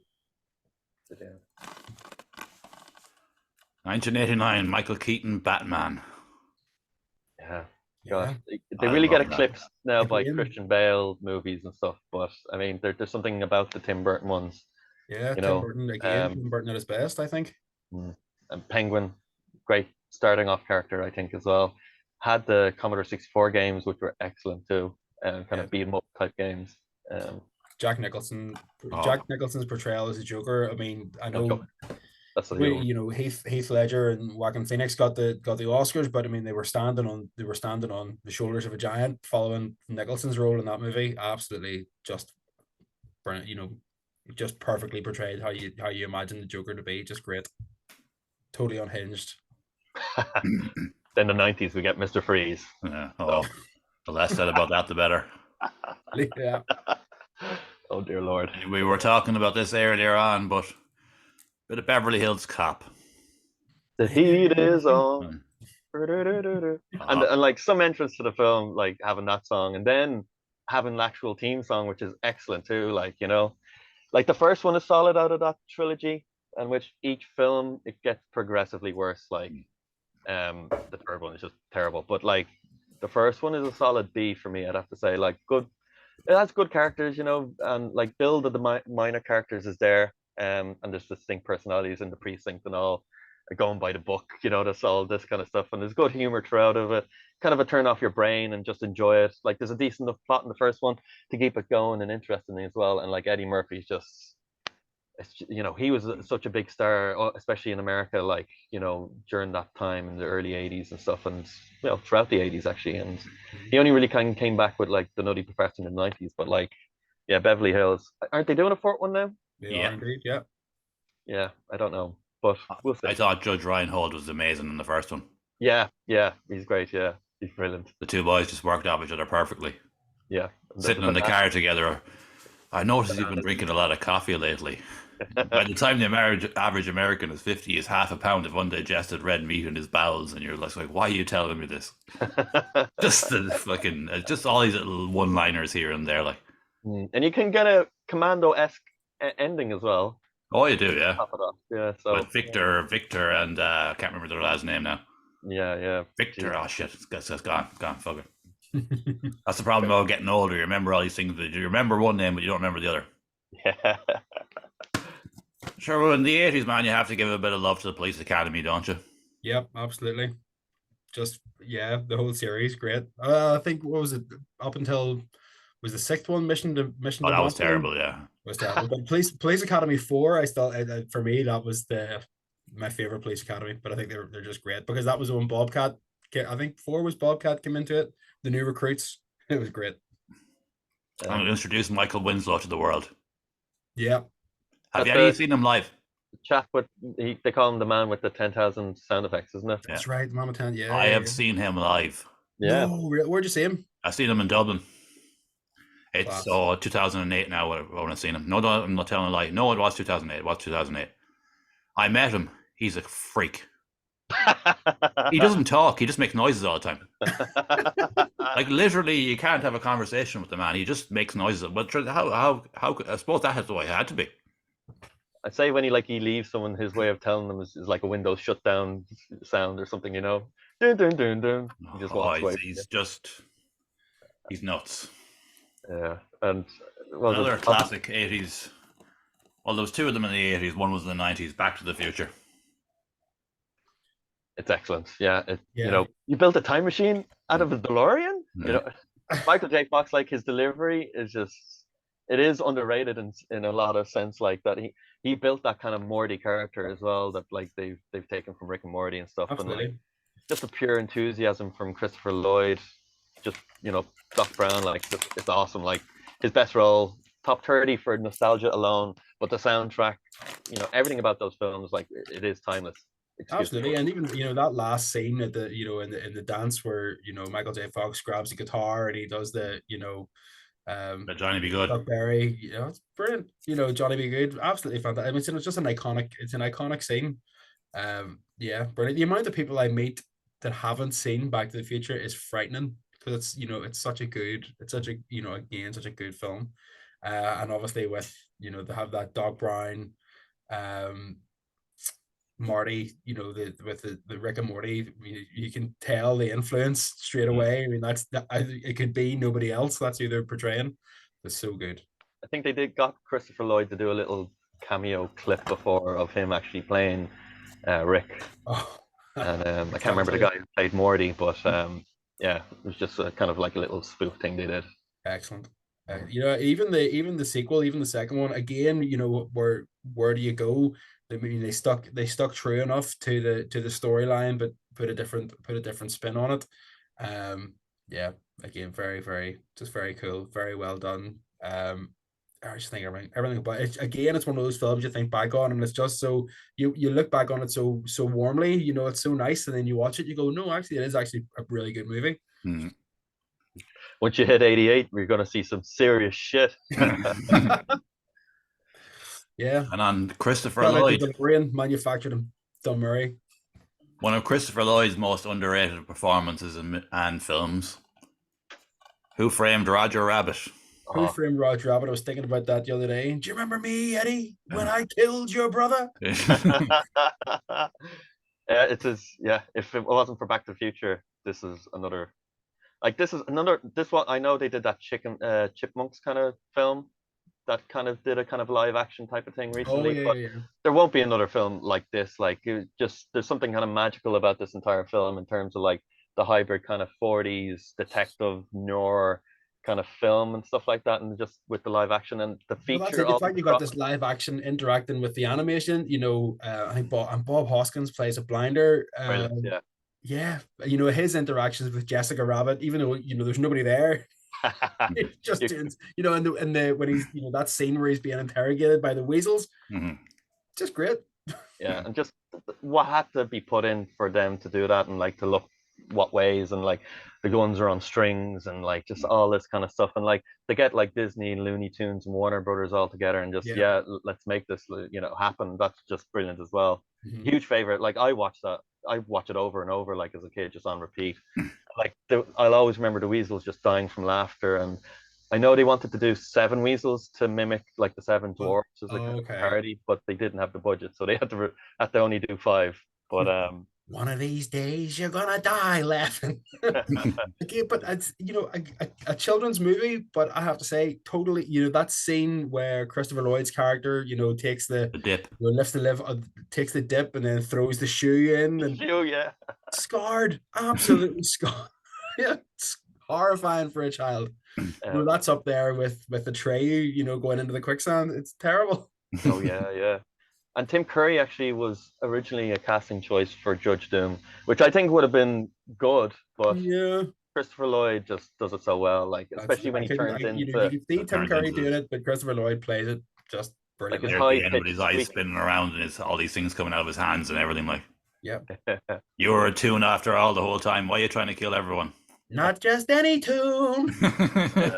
His voice for that is just perfect. The high pitched madness. Right, we're down to the last few. Ghostbusters has to be mentioned. Absolutely. As we were saying earlier, virtually ad-libbed the entire Bill Murray, virtually ad-libbed his entire script. But yeah, a fantastic, and still a franchise people are tuned into. Yeah. But excluding the 16 Sony remake, which I thought was terrible, and the fact that they brought Bill Murray back in a different character was shocking, horrible, and Dan Aykroyd as well. But that original, the storyline is fantastic. Yeah, and even looking back on it, even the CGI with Slimer and some of the ghosts still looks great. It does. I have Dan Aykroyd's vodka. Oh, I have a skull. I have one of those. Crystal as well, Head vodka. I have it too. Got it downstairs. I bought it just for the skull.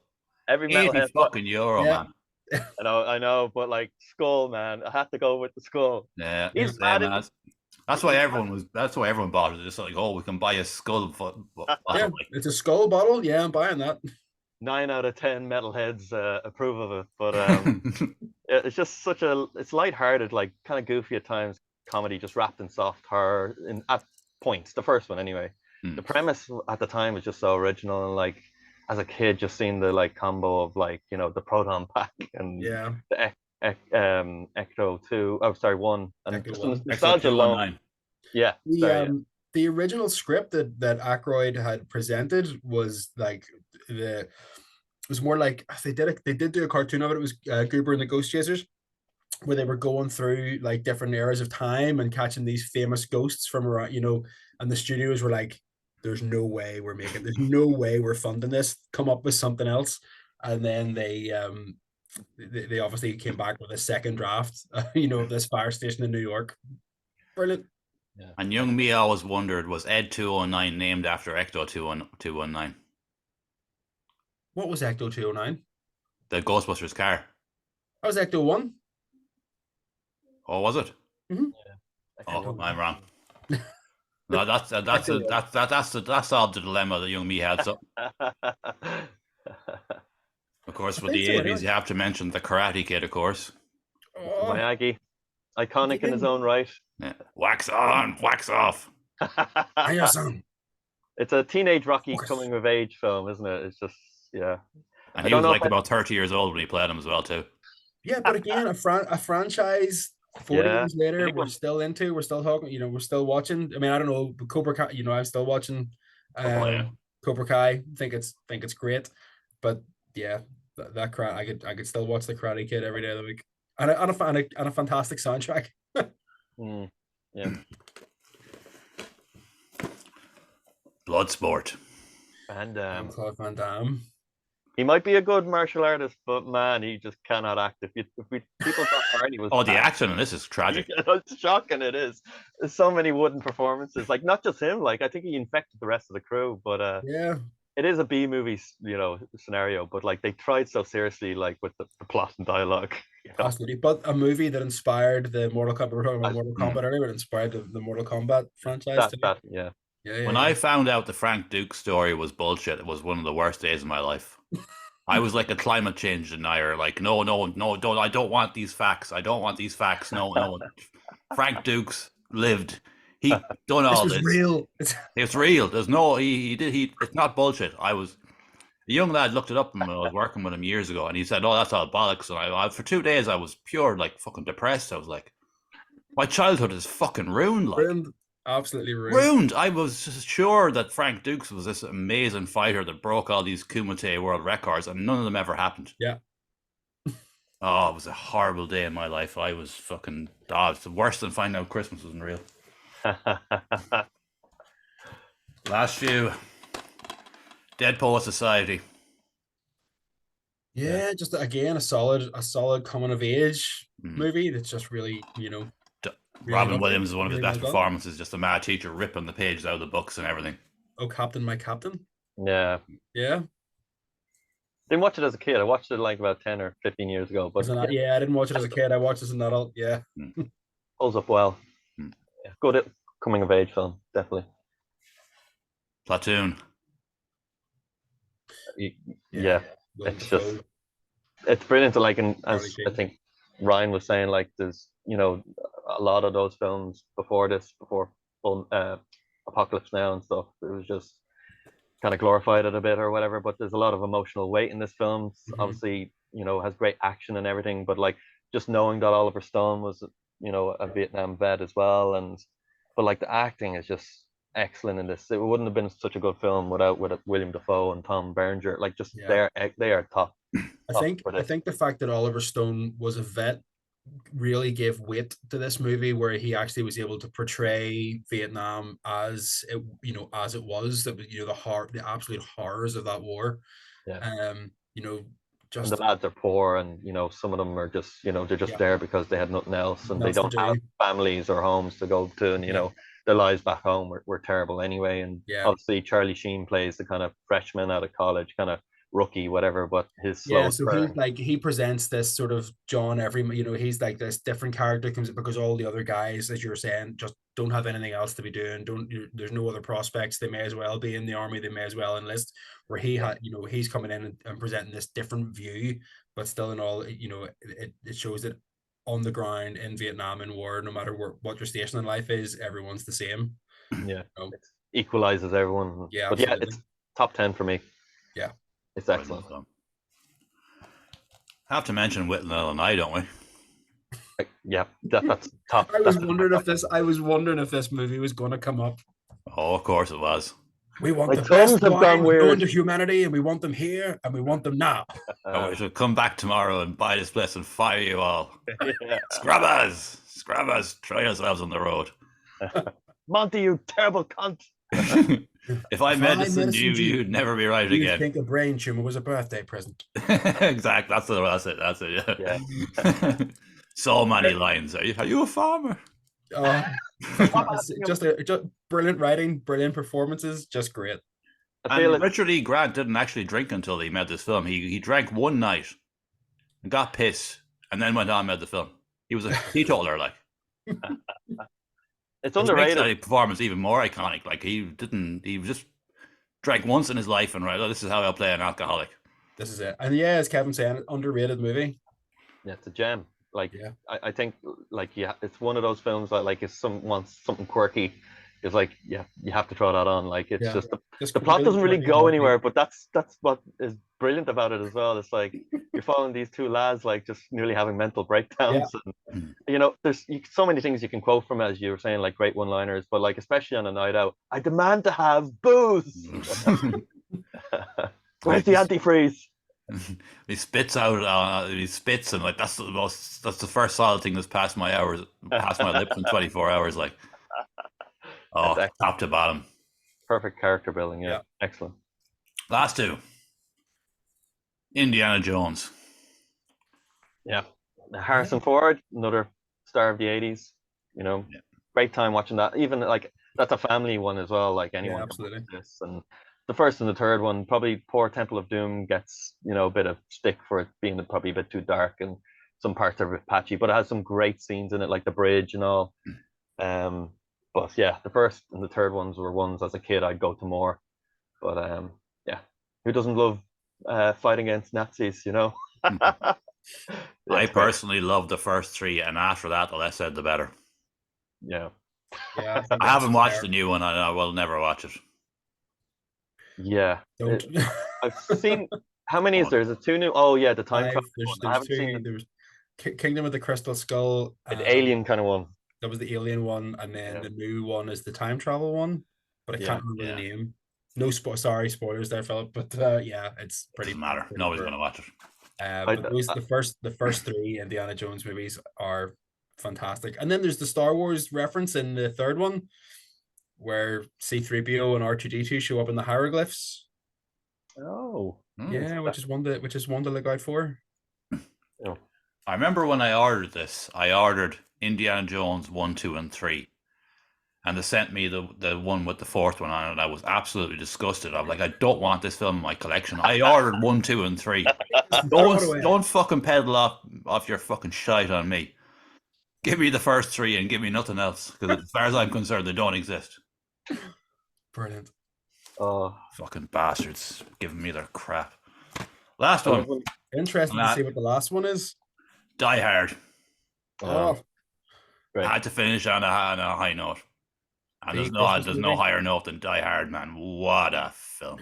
Yeah, well, Bruce Willis, the third of the big action heroes. You've got Arnie, Yeah. Stallone, and Bruce Willis taking on terrorists in Nakatomi Plaza. Just yeah.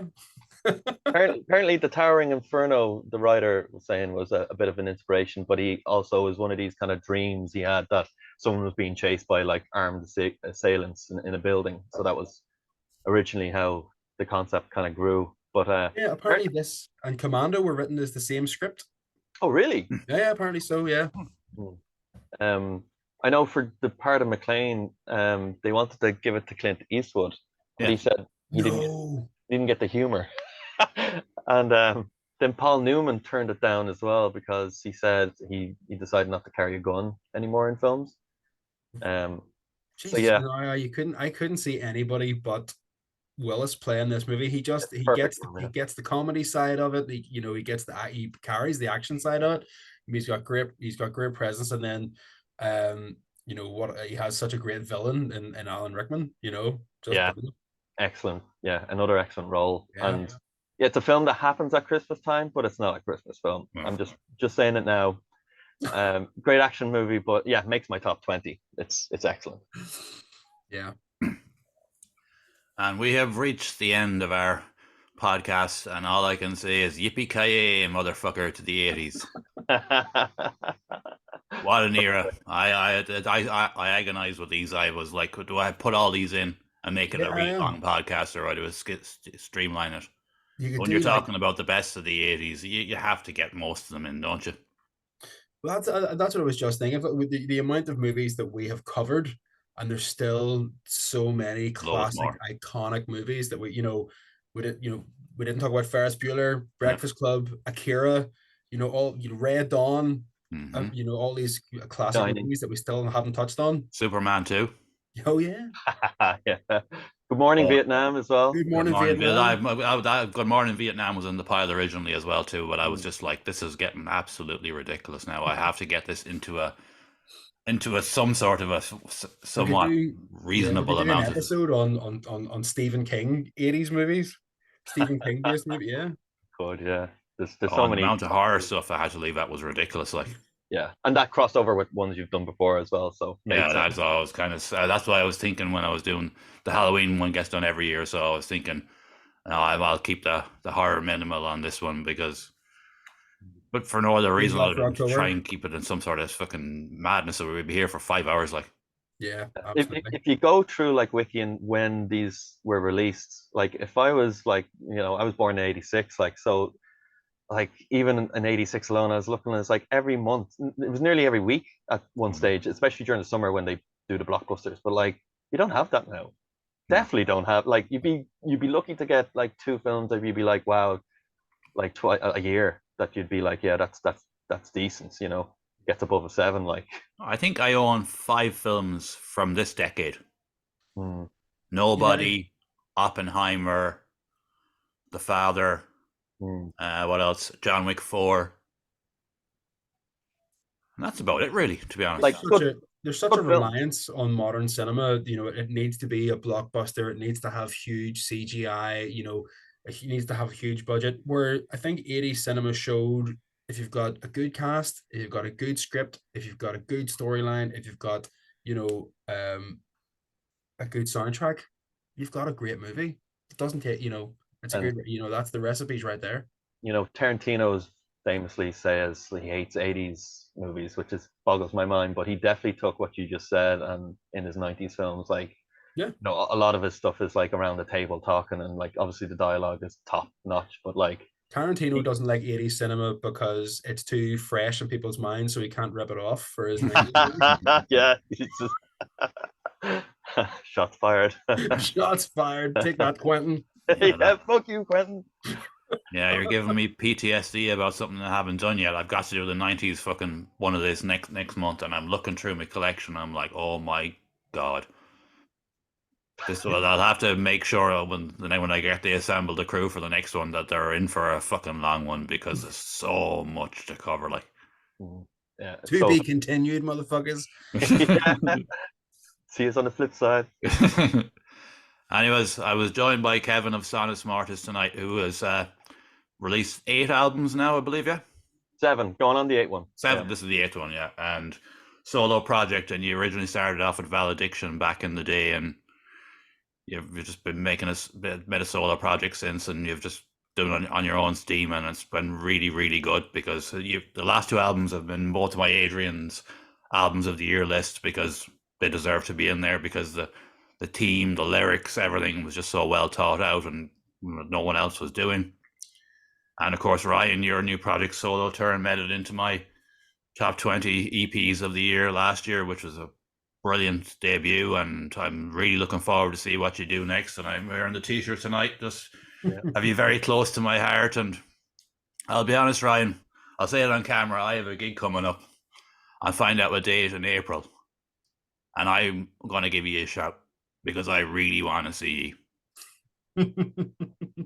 Give us a shout. It'll be in September by the looks of it. Like, listen, man, fire me a message. There's no problem. I'll see what the boys are doing. Yeah. Well, there's no. We're not going to make any plans tonight now, but no. I want to get a. No. I was just thinking, I ran my advertising my final gig last year, and I was thinking, I'm a carer. I never go anywhere. I never see anyone. I'll put on a fucking gig, and then I get to see people. Yeah. That's the way I have to do it now, unfortunately. Why not? But sure, look at.